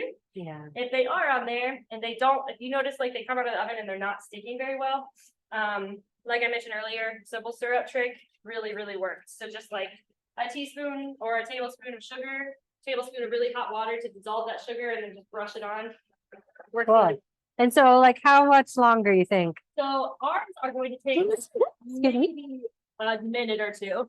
Okay. At home, you're probably gonna need 5 minutes, 5 to 7 minutes. Basically, you want to see the edges of the cookie starting to just brown and the center to lose its like cookie sheen. And I'll be able to explain that further with the chocolate chip cookie. But it's like the telltale sign of a cookie being finished baking is when the center of it starts to lose this like super shiny unbaked sheen. Like it's very obvious once you have been baking for a while, like what that looks like. But Cool. lack of shininess and more of like a matte color is what you're going to be looking for. So we put the cookies right back in the oven, and I'm doing a timer for 2 minutes, Yeah, I think but ours aren't going to take very long. yours might be another like 5. So Yeah. you can just check with us. So- And we're back to rolling out the other. Since we did walk away from this for a second, I kind of just picked it up and flipped it just to make sure, because even after like sitting for, like 30 seconds or whatever, if there's any wet spots, they're going to want to stick to the surface. So Okay. just picking it up often and checking in the status. And I also am really using a very light hand to roll over this. The dough is soft enough that it doesn't need a lot of force. Okay. Because we flattened it before the fridge, that really helps the process along. So just kind of essentially using the rolling pin to roll over it, but not much more. Okay. So that should Okay. be about the depth before, and I'm gonna flip this again before we go to stamp them. You Perfect. may or may not get the same amount out of this half dough if I didn't cut it evenly, but that's fine. So I usually wait till the very end with Linzers to stamp out the top just- cookie versus the bottom, just to make sure I have it even. Okay. And if you don't, then you end up with extra snacks, and that's okay too. And honestly, what's awesome about these is if you really prefer like a crunchy cookie, you could also just add jam to a cookie as you go. Like you don't have to assemble all of the Linzers at once. You could just add it as you want. But I love the whole window hole Yes. of like seeing the jam. I think that's just so classy. And what's really nice about a Linzer is you can make them all year long. Like I think they're traditionally for a certain time of year, wherever they're from. I can't remember what holiday or what time of year, but it's typically made around the same time, but they've become so popularized here in the United States or just Western culture that people make them all year long. And what's awesome about that is you can work with different types of fruits, so different color profiles, different flavor profiles, all that. So it's been 2 minutes, so we're taking ours out. Yes. If you have a small oven, you might want to take a look and see. But yeah, you're right. The sheen. Yes, so the the sheet, sheen there's- really goes away, and I I'm love talking it. like more like the center of it. Like the sheen is a result of butter essentially, and the ingredients not being fully baked. So you're seeing that sheen because it still is like gooey. Some people with chocolate chip cookies prefer like gooier cookies, so pulling the cookie out at that point doesn't necessarily mean that it's under baked. It just means that it's not gonna hold together as well. But with a shortbread, you really want that sheen to go away. Quick question. Melissa said, so are we baking the tops and bottoms and then filling the jam to sandwich? Yep. So the jam goes on a finished cookie. So we're gonna bake these and then we will add the sandwich or the jam to it. And then Suba said, I pulled out at 7 minutes, but looks wet. So Yeah, so keep going for sure. yeah. But at the 7-minute mark, you're definitely good to like add the flowers, or if you do it, after that. I just found that adding the flowers while they still had some bake time left made sure that the flowers stuck really well. And they do. So, and they seem to be holding on pretty great at this point. Yeah. So that's exciting. Okay, so Cool. So we have an even number, 6 and 6. So we're gonna stamp out 6 hearts out of 6 of these cookies, and then the rest we'll leave as is, and those will be the bottom of our sandwich. So okay. I'm gonna do my hearts all over the place because I think that I like a variety. So I'm Cool, gonna do okay. some here and some there, and feel free to get creative with that. Oh, I however you love want. that. So they don't have to be centered. Yeah, and I mean they perfectly can, and they'll be great. I just am somebody who likes things to be a little bit weird. So if you have one stick, I have found that dipping like a cookie cutter in some flour while you're going through the process helps to cleanly get things out.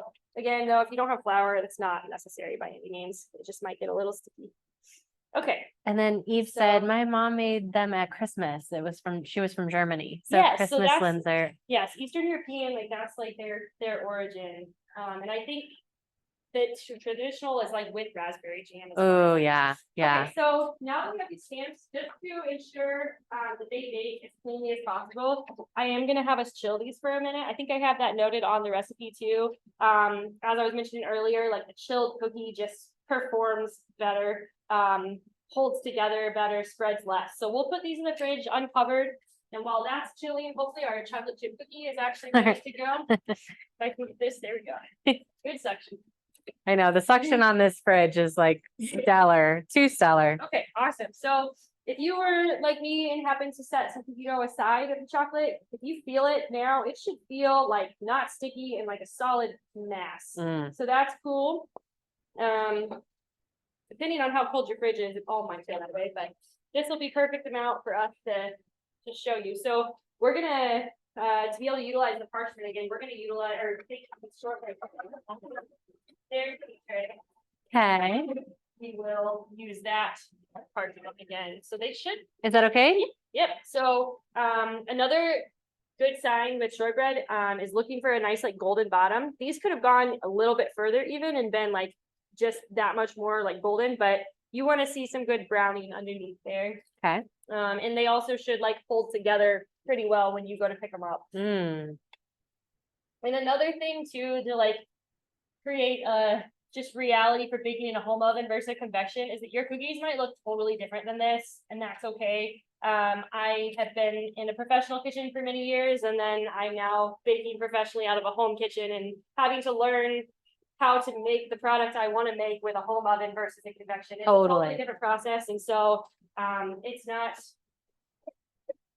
uncommon for it to look totally different. So like when I bake these at home, they spread a little bit more. Okay. And that's fine. And honestly, I like that too, because they get a little bit more of like a crispier edge. So, yes. and they get a little bit more browned on the bottom because there's more radiant heat going on in your oven. So differences because of ovens is like it's a true thing. So if they come out looking different than that. They're so cute it's all though. good. Has anyone ever put flowers on their cookies before? That's such a creative It's idea. really pretty. I'm not gonna lie, that came from another pastry chef on Instagram. I love I it. thought it was beautiful. Okay. Okay, so with the Chocolate chip cookie dough, Uh-huh. The recipe that I gave you guys should yield about 12 to 15 cookies. So if we had the whole dough mapped out, it would be a lot easier to like look at it and divide it into that many pieces. But since we don't, we're gonna just I'm gonna eyeball this, but the cookies they're chunks. So I think we can get solid like 3 out of this. So I'm gonna just kind of use a knife or any sort of blunt object. we're doing like about like an inch thick. Yeah, so they're hardy, like the size of my palm easily. And what I'm gonna do is I'm gonna just take my hands. This is a a really fun cookie tip that you might not have ever tried before. A lot of times chocolate chip cookies will have you just like scoop with a spoon or scoop with a like a rounded ice cream scoop or whatever. But I have found that rolling cookie dough into balls creates some like really awesome, perfectly round cookies and kind of gives you that awesome like chewy center and crunchy Yeah. outside. So especially when you're baking them from like frozen, because the outside is gonna melt quick and then the inside is gonna take a little Be longer. gooier. Yeah, so I'm just putting them in the bowl to give our pan a little bit extra time. We can actually move Oh, into yeah, that one. yeah. So we're gonna move our parts into a not as hot pan, so it doesn't like cook the cookies too quick. And then since we're baking these off from like not frozen state, I am gonna go ahead and put the flaky salt on top. just because Yeah. It'll bake into them really well. Flaky So we're salt. gonna just bake 3 again because of the convection. I'm gonna use these spoons here as kind of a paperweight Okay. so that the fan doesn't blow that. Mhm. That's my little pro tip. So this is not necessary for y'all at home. I'm just doing this to keep the Yeah. paper from blowing. The convection oven that we have has such strong current of wind that Strong current. it's like a jet stream, but we're gonna need to. Kind of blast you in the face every time you open it. It does. It does. Okay, so we're gonna just like, oh, that's a perfect, oh, look at that. Wow. Salt We. Salt is really cool. Wow. I really love salts, in this type of salt. So like, that's a big old salt grain. We're gonna put that right on top because it's Cool. Nice. Um, And this is a Malden salt that Yep. we sell at the co-op. So it's really fun. I like it for kind of garnishing yeah. a lot. Definitely Like, kind of cookies, like yeah. it's a garnisher, it's a Yeah. finisher. Like I put it on avocado last night and it was so Yes. tasty. Okay, these are So going these are in. gonna be going in the oven. Okay. I put on a home oven for like 10 to 12 minutes. I would guess that for a home oven, you're gonna be pushing more towards the 12, maybe a longer mark. We'll be looking for the cookie stage. For us, the convection oven, it's probably gonna be like closer to 12 minutes. So this first round, we'll do 7 minutes. And at that point, we'll rotate it and then check the status of it. Should we put, Probably get these in. let's put the Linzers in too. Yep. And honestly, these will bake for like very similar times. So when we check the chocolate chip cookies, we'll also check the Linzers. The Linzers will probably come out quicker, but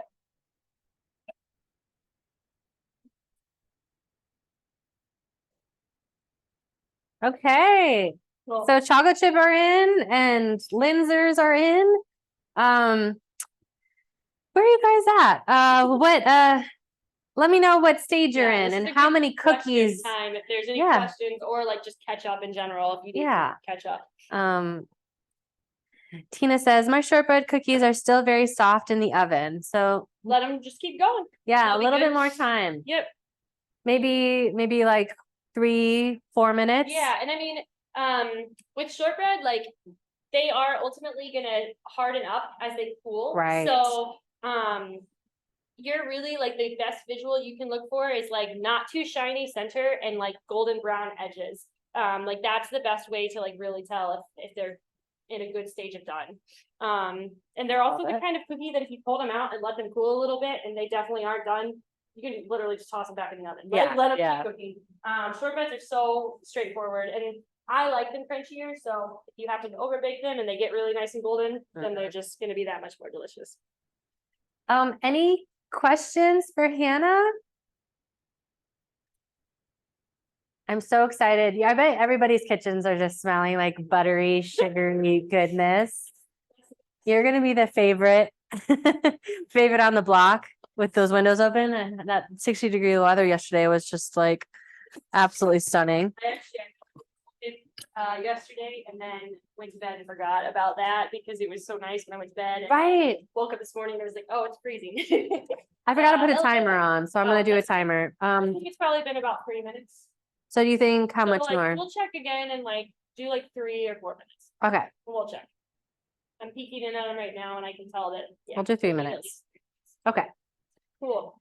Okay. Do you want to talk a little bit about your pre-orders? Yeah, sure. So, as I am starting in on this cottage food business venture, and also learning the ways of baking professionally out of a home kitchen, and also being a mom to a now very, very busy 8-month-old, who has to like, pull up on every single thing he can and then fall, and it's the whole thing. I am really like finding the need for boundaries. So I've been operating off of a pre-sale business model essentially that allows me to post a menu every week that people have access to on Sunday, and then have availability to purchase their orders through Thursday of that next week. And then they pick up their orders on Saturday of that week. So it gives me a good solid week to prep and prepare, and gives everybody else time then to put their orders in. And then if I'm able to, or if people are lucky, I'm able to usually bring extras on the day of too. So there's typically things for people to pick up that maybe forgot to pre-order, or just wanted to add on extras the day of kind of thing. So I use a platform called hotplate.com, and if you do hotplate.com with a /toothbutter.cu, that actually takes you to my Hotplate website, and allows you to see the pre-order. So I don't have anything live right now other than I have king cakes that I'm doing for Fat Tuesday. I'm a big Mardi Gras fan. Cool. Tooth butter, hot plate. Sorry, hotplate.com / tooth butter Yep. CU. Yep, so that takes you like straight to my website. And so I'm doing king cake pre-orders, which is really exciting because I do love getting festive for Mardi Gras. I'm not doing anything Valentine's Day other than this. I'm just going straight to Mardi Gras. It's such a weird time this year. I know, it always is. And then Super Bowl's tomorrow. Yeah. It's always like Super Bowl, Valentine's Day, and Mardi Gras, like same week. That's available now, and then starting tomorrow at I think noon is what. No, it's starting tomorrow at 10. My pre-sale for the following week will go live. Ooh, so, what are you gonna do? So I do sourdough breads, a lot of sourdough breads. That's my calling in life. It's my biggest peak tendency is making breads. I love it. Love to talk about it. And then I also just do pastries as I'm able. So on the menu for this following week, I definitely have my version of a chocolate chip cookie, very similar to this. Just using some different grains for a little bit of different flavor profile. Again, kind of goes back to like nobody's chocolate chip cookie is the best one. So this is my variation of my pre-sale. And then I am doing a rye brownie. So making a brownie out of rye flour, rye chocolate berry. Oop, the timer. Oh, sweets. Okay. Let's see. Let's see. I'll do one more. Awesome. Okay, so. Oh, yummy. Sorry. Okay, I'm gonna get you a close up in just a second. Apologize. Definitely scoop along.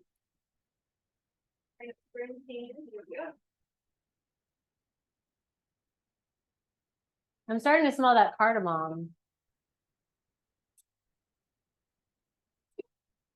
Oh my gosh. I love it though. So the Linzers are almost done, and I will say that a little fun feature, thanks to just not probably proper chill time, is that the little hearts sink in a little bit. And if that happens to yours, it's just likely because of temperature. There still is a little window, and we might be able to actually fix it when they come out of the oven. Yeah, we can just press it again. But we might not have the perfect little heart, and that's okay. That's cute. Okay, so those honestly both probably need like no more than like 2 minutes. Okay, 2 more minutes. So our oven times are really not reflective probably of your oven times. So we're moving along a lot faster. I'll give you a kind of a closer look. So they're pretty flat right now, but melted and nice.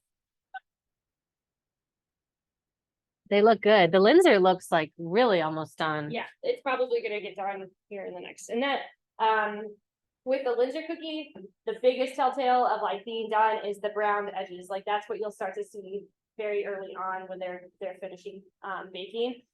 With the chocolate chip cookie, you're really looking for that like lack of sheen in the center. So essentially it's gonna look like shiny undercooked dough. Like that's the best I can describe it. It's pretty obvious to look at.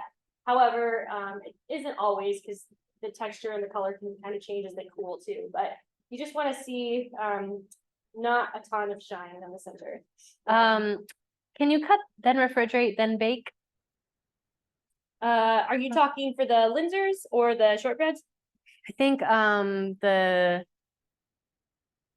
Linzer or the So, shortbread. I mean, Technically, yeah, we for both, yes. The Linzer would have probably baked even better for us, honestly, if we let it like really, really chill. And probably the dough itself let chill even longer. yeah. Temperature makes such a huge difference with cookie texture and how it bakes, just because all of the ingredients are pretty fragile, and it's just butter really holding it all together, right? So, another thing that happens when you're letting that cookie age is that okay, yeah, so the Linzer. Linzer. So yeah, you cut it. We did chill ours for a few minutes and then baked it, but you could chill it for a lot longer. You could even freeze those and then bake them off. So, And we could even potentially go through with the cutter while they're still warm and yeah, exactly. and chop them. We But might be able to timer's gone off I again. bet those Linzers I'm are so glad Katie said, thank you for a fantastic and informative class. And then Melissa said, what's the process of get a home bakery approved? I'm thinking of doing a bread and pizza CSA co-op option. That's awesome. Just a second. This is okay. So these are super close, but I'm really looking for like some golden brown edges. So Okay. I'm gonna just let them go, like honestly, like 1 minute longer. Okay. One more And minute on these those. cookies are probably super close. Okay, this is a great example. So you can see right here, it's like this different colored shiny sheen, and that is like the shine right before they finish cooking. So it's not going to take much longer, but if you pull them out at this stage, they're going to just be super gooey as they cook. Okay. Okay. Okay. Tina says, my shortbread is still baking. I love this class. I'm so glad, Tina. Yeah, and yeah, we would love to talk a little bit more about the like cottage food. So the cottage food, it's actually a pretty straightforward process now, thanks to the work of a lot of dedicated people here in the state of Illinois. And every state is different. So it's best when you are looking into doing it to just focus in on your state and what their rules are. And honestly, even down to like your municipality and what their rules are, because it's Yeah. all different. If you go to Vermilion County, just 20 minutes away, their rules are different. So Yeah. in Champaign County, you will get your cottage food permit through the Champaign Public Health.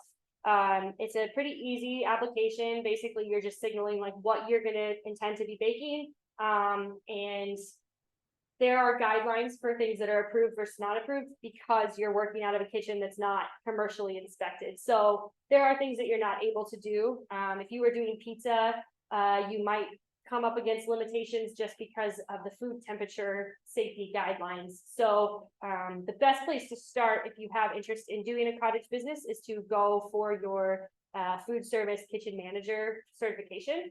You're going to need that course completed to get your cottage food business anyway. And if you aren't super familiar with a commercial kitchen, or it's like new to you, working around like food safety concepts, taking that course is a really great way to learn those concepts. Totally. So That's a great point. yeah, so I would say that's probably a really great first step if this is new to you. The U of I offers that coursework for a really great cost. I don't remember the site to get to it, but if you search like a food service manager, U of I, but you can also do things through like Serve Safe. More time? No, I think those are good because by the time they cool. Okay. right? All right, our Linzers are coming out, and our cookie, it's still got a bit of a sheen. Yep, so we'll let that go just a minute. Okay. So for the Linzer, I think that the little cookie cutter process will work. I Yeah. just need like a tool to help me along. So I'm gonna Yeah. pull this close, probably very late though. Oh no. Okay, Hopefully not. so I'm gonna just cut these little hearts out now. And if they come out with the cookie cutter, great, but they probably won't. So I'm gonna cut, oh, that one did. See, okay. Nice. So that's luck. But if it doesn't, like these ones, that's fine. We'll just let them cool a little bit. And then it might kind of come off, like yeah, break out. Yep. Cute. Okay. So just in order to speed things along, I'm gonna go ahead and put this in the fridge. just to Okay. Cool them down. Okay. If you're at home, it's necessary, this isn't really necessary, but this will help us. Get a Just to sh- workable cookie here soon. So your Linzers might still be in the oven and that's fine. We're putting ours in the fridge just so that we can show you what the firmed up jam sandwich cookie looks like.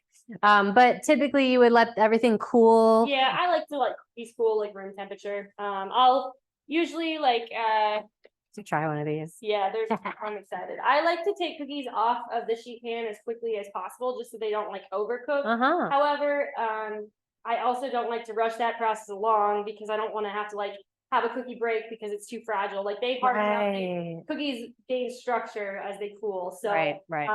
if they're not like, if you're not looking at a cookie and thinking, oh, that's going to overbake if it cooks any longer, then just let it cool on the sheet tray because then it'll Cool. be nice and solid. Okay, so these cookies will probably be done. Yeah. To wrap up the cottage food thing, the best resource here in our area is the Illinois Ag Extension. They have a really great resource, and then the Illinois Stewardship Yeah. Alliance has an amazing like wrap up of cottage food requirements first, and also if you have questions in general, the Illinois Stewardship Alliance is a really great resource to check out. They are a lot of the people that were like at hand to push through the cottage food Bill. bill. Yeah, Mhm. they made it happen. So they're a really great resource. I'll put that in there. Yeah. Illinois Stewardship Alliance. Yep.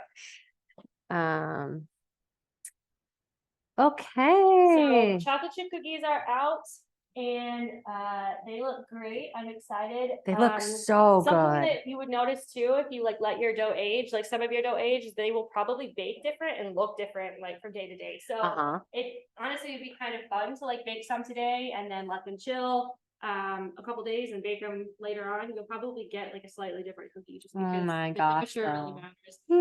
matters. But I love this like melted crust. They look Yep. so good. And like the chips, the shreds really like kind of blended Yeah, in with the so dough and it just like makes it that different than kind of just a scattered. chocolate chip, like Uh-huh. you get, yeah, like scattered cookie or scattered chocolate. So some bites are like super chocolatey and some are just kind of, it's there. It's a little bit more work, obviously, to chop chocolate, but Totally. it's worth it. Okay, so those are cooling. The only thing really left is to do this jam. and Okay. all that. So that's exciting. If you happen to save powdered sugar from the what was it, the shortbread, great. If you happen to have some powdered sugar at home and want to use it for this, great as well. The only tool we kind of need to like do the actual effect is a Thanks so much, Liz. what is this called? Oh, a sieve. A sieve. Yeah. Blanking. So if you have like a small one like this, or even a big one at home, this is a great tool to like evenly disperse powdered Okay. sugar. So Cool. we'll try that here in a second.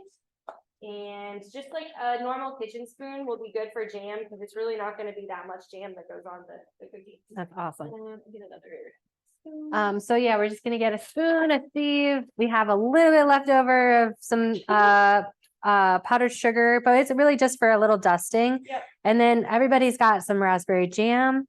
And then yeah, for those of you, thanks so much everybody for joining us. I wanted to quickly say that we have some in-person classes scheduled. We have every month we are going to be doing a simple meals series, which is an in-person class. And it's taught by Adam Wisniewski of Breakfast, Life, and Dinner. And his classes are really great and all about like quick, easy meals, kind of foundational recipes that will kind of help you with weeknight meals. Then we also have a really like elaborate in-person series called Taste of Russia, and that's taught by Paul Young, and he does sometimes like four to five different kind of elaborate recipes on featuring different cultural cuisines.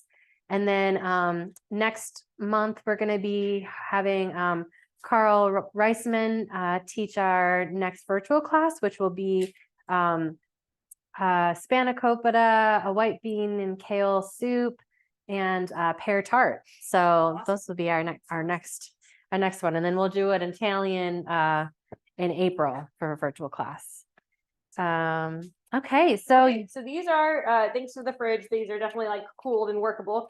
okay. My little cookie cutter trick works, so that's cool. We have like pretty hearts again to look at. So for the powdered sugar, if you are going to do that for your cookie, I would just set the bottom cookies, which are the ones without the heart shape out of them. Just set those aside so you don't risk getting any powdered sugar on the top cookie. Oh, clever. Learned that the hard way many times. You could also assemble the sandwiches and then do the powdered sugar. The only reason I don't like doing that is because then the powdered sugar gets on the jam and then that makes the jam not as pretty of a color. So Okay. I like doing them just, as they are. Oops, so that's how it is. So basically with just this tiny amount of powdered sugar, I'm just like lightly tapping. And that's just giving a nice little dusting. And this is like a traditional Linzer cookie thing to do. And I will say after this cools, this powdered sugar kind of will just dissipate. So it's pretty in the immediacy, but if it kind of blends into the cookie after a while, don't be surprised. For sure. So that's about as much powdered sugar as we could get out of the little bit that I we love made, it, but you just need a enough for you to little. get the effect. Okay. Okay, I so love then it. We'll set those back aside. And then we're gonna take the bottom cookies and I turn them upside down so that Okay. the top part is actually facing the bottom now. Okay. So Yummy. if you're baking these at home, yours will likely be a really nice like golden brown when they're done on the bottom, just because that, like I said, the radiant heat tends to be a little bit more intense on the bottoms of things at home ovens than it is for convection. So yours will probably have a really pretty golden sheen. Spelt flour is amazing in terms of coloration for things. You can tell even just by looking at these cookies, the brand that is visible. And that's not even necessarily going to always be the case if you're using spelt flour. That's just with Janie's Mill and the way they grind their flour, you get all of that amazing brand. So the color is like unmatched. It's beautiful. I love to see those brand speckles in cookies when I'm baking. It's So, it's gorgeous. Okay, so I'm gonna mix this jam up just a little bit because it probably like separated a little bit while it was sitting in the container. And I would say this part can literally be up to your discretion, however much jam you want. But I'm gonna start with like kind of like a teaspoon, so like a kitchen tablespoon. These cookies are kind of bigger, so it might need a little bit more in the long run. But I basically will spread it out. And if I can tell that like with it spread out a little bit, it's not going to like completely get to the edge once the other cookies are on, then I will add just a bit more jam, but not a ton. Because that cookie, the top cookie will also spread the jam out. Okay. But you want to just kind of lightly spread it out first. And then as you put this on, it's kind of like squish it the rest of the way, as well as just time and it's sitting is going to also mend it. So you can kind of see here, we could get away with putting even a little bit more, because if you want that jam to go all the way to the edge, then putting a little bit more jam is going to ensure that. I just like to spread it out so that it doesn't all come like flying out the heart shape or whatever. And the jam is our field day like organic raspberry jam that we have. So this is what it looks like. So yeah, everybody's having raspberry. That's typically traditional, but you could do any jam or make your own during the summer or something like that, like peach. We're not too far off from some raspberries and strawberries and stuff. So soon. That's like what I keep telling myself to get through Illinois winters. I know, same. I think we just went through like the fake spring and yesterday was a bit. We're probably in for it. I was like, oh, I'm so happy. I saw a lot of neighbors out yesterday. Yeah, right. Okay, so then I'm just kind of like I sandwiching love all them. more on that one. I'm gonna try it. I think that the amount of jam that Sarah gave us is like gonna be absolutely perfect. Awesome. So that's exciting. Oh, look at how cute. Most of your little sandwiches should like match up in size, but just based on like individuality with oven and whatnot, they might spread out and whatnot. But I love it. Cute. Look at them. Oh my gosh. So again, if your shortbreads are just starting to cool, we just went through and defined the hearts just a little bit more. since the shape moved a little bit, but It it's, actually worked out really well. So if that happens to your cookies, know that that's a pretty easy option to like ensure that they're still nice and oh cute. my gosh. Oh, But then Hannah, once look these at how cool, good. These like peel off the parchment Oh real nice my and easy. God, those look so That's good. I love it. I love We'll it. just make the whole thing. Okay, you guys, I think we're basically there. Thank you guys so much for joining us. It's been such a pleasure baking with you today, and I hope that you just have such an elaborate spread of all your cookies. And share them with all of your loved ones. Yes, and please, we would love to see pictures. If you tag Common Ground Food Co-op either on Instagram or Facebook, and then what's your Instagram handle is very similar to the hot plate. It's at Tooth Butter CU. I also have a Facebook that's I think Tooth Butter Cottage Bakery, but most active on my Instagram. And I think Sarah's gonna send that in there too. So feel free to tag pictures. I absolutely love seeing that. I attended a class a few weeks ago that Sarah graciously let me in on, and Sarisha, the teacher, was amazing. And Aw. seeing everybody's pictures and crowd interaction really got me excited about this class. So Yes. thank you for interaction as well. Yeah, thank you all so much. And everybody's like, thank you so much. Thank you, thank you, thank you. Thank you for having me. Oh, we're so glad to have you guys. And then And also, to whoever was asking about the Cottage Bakery, if you have any questions, feel free to reach out to me as well on like my Instagram. I check that daily. I'm always willing to talk more about that and great. and encourage people to strengthen our local food systems because that's where it's at. That's so great. And Zoe said, thank you. I tried one of the shortbreads and it is amazing. And You should Tina probably said get the a cup of shortbread coffee are right now. delicious. Yeah. Cup of coffee, Coffee, in the afternoon. Milk, you got or milk, tea. that's also great. Yes. Well, you guys have a great rest of your weekend, and we'll send the recording off to you, and we'll be putting up the recipes on our website. But we're just so glad that you guys were able to share your weekend with us, and thank you so much, Hannah. You did fantastic. We'll let you all go, okay? Thanks so much.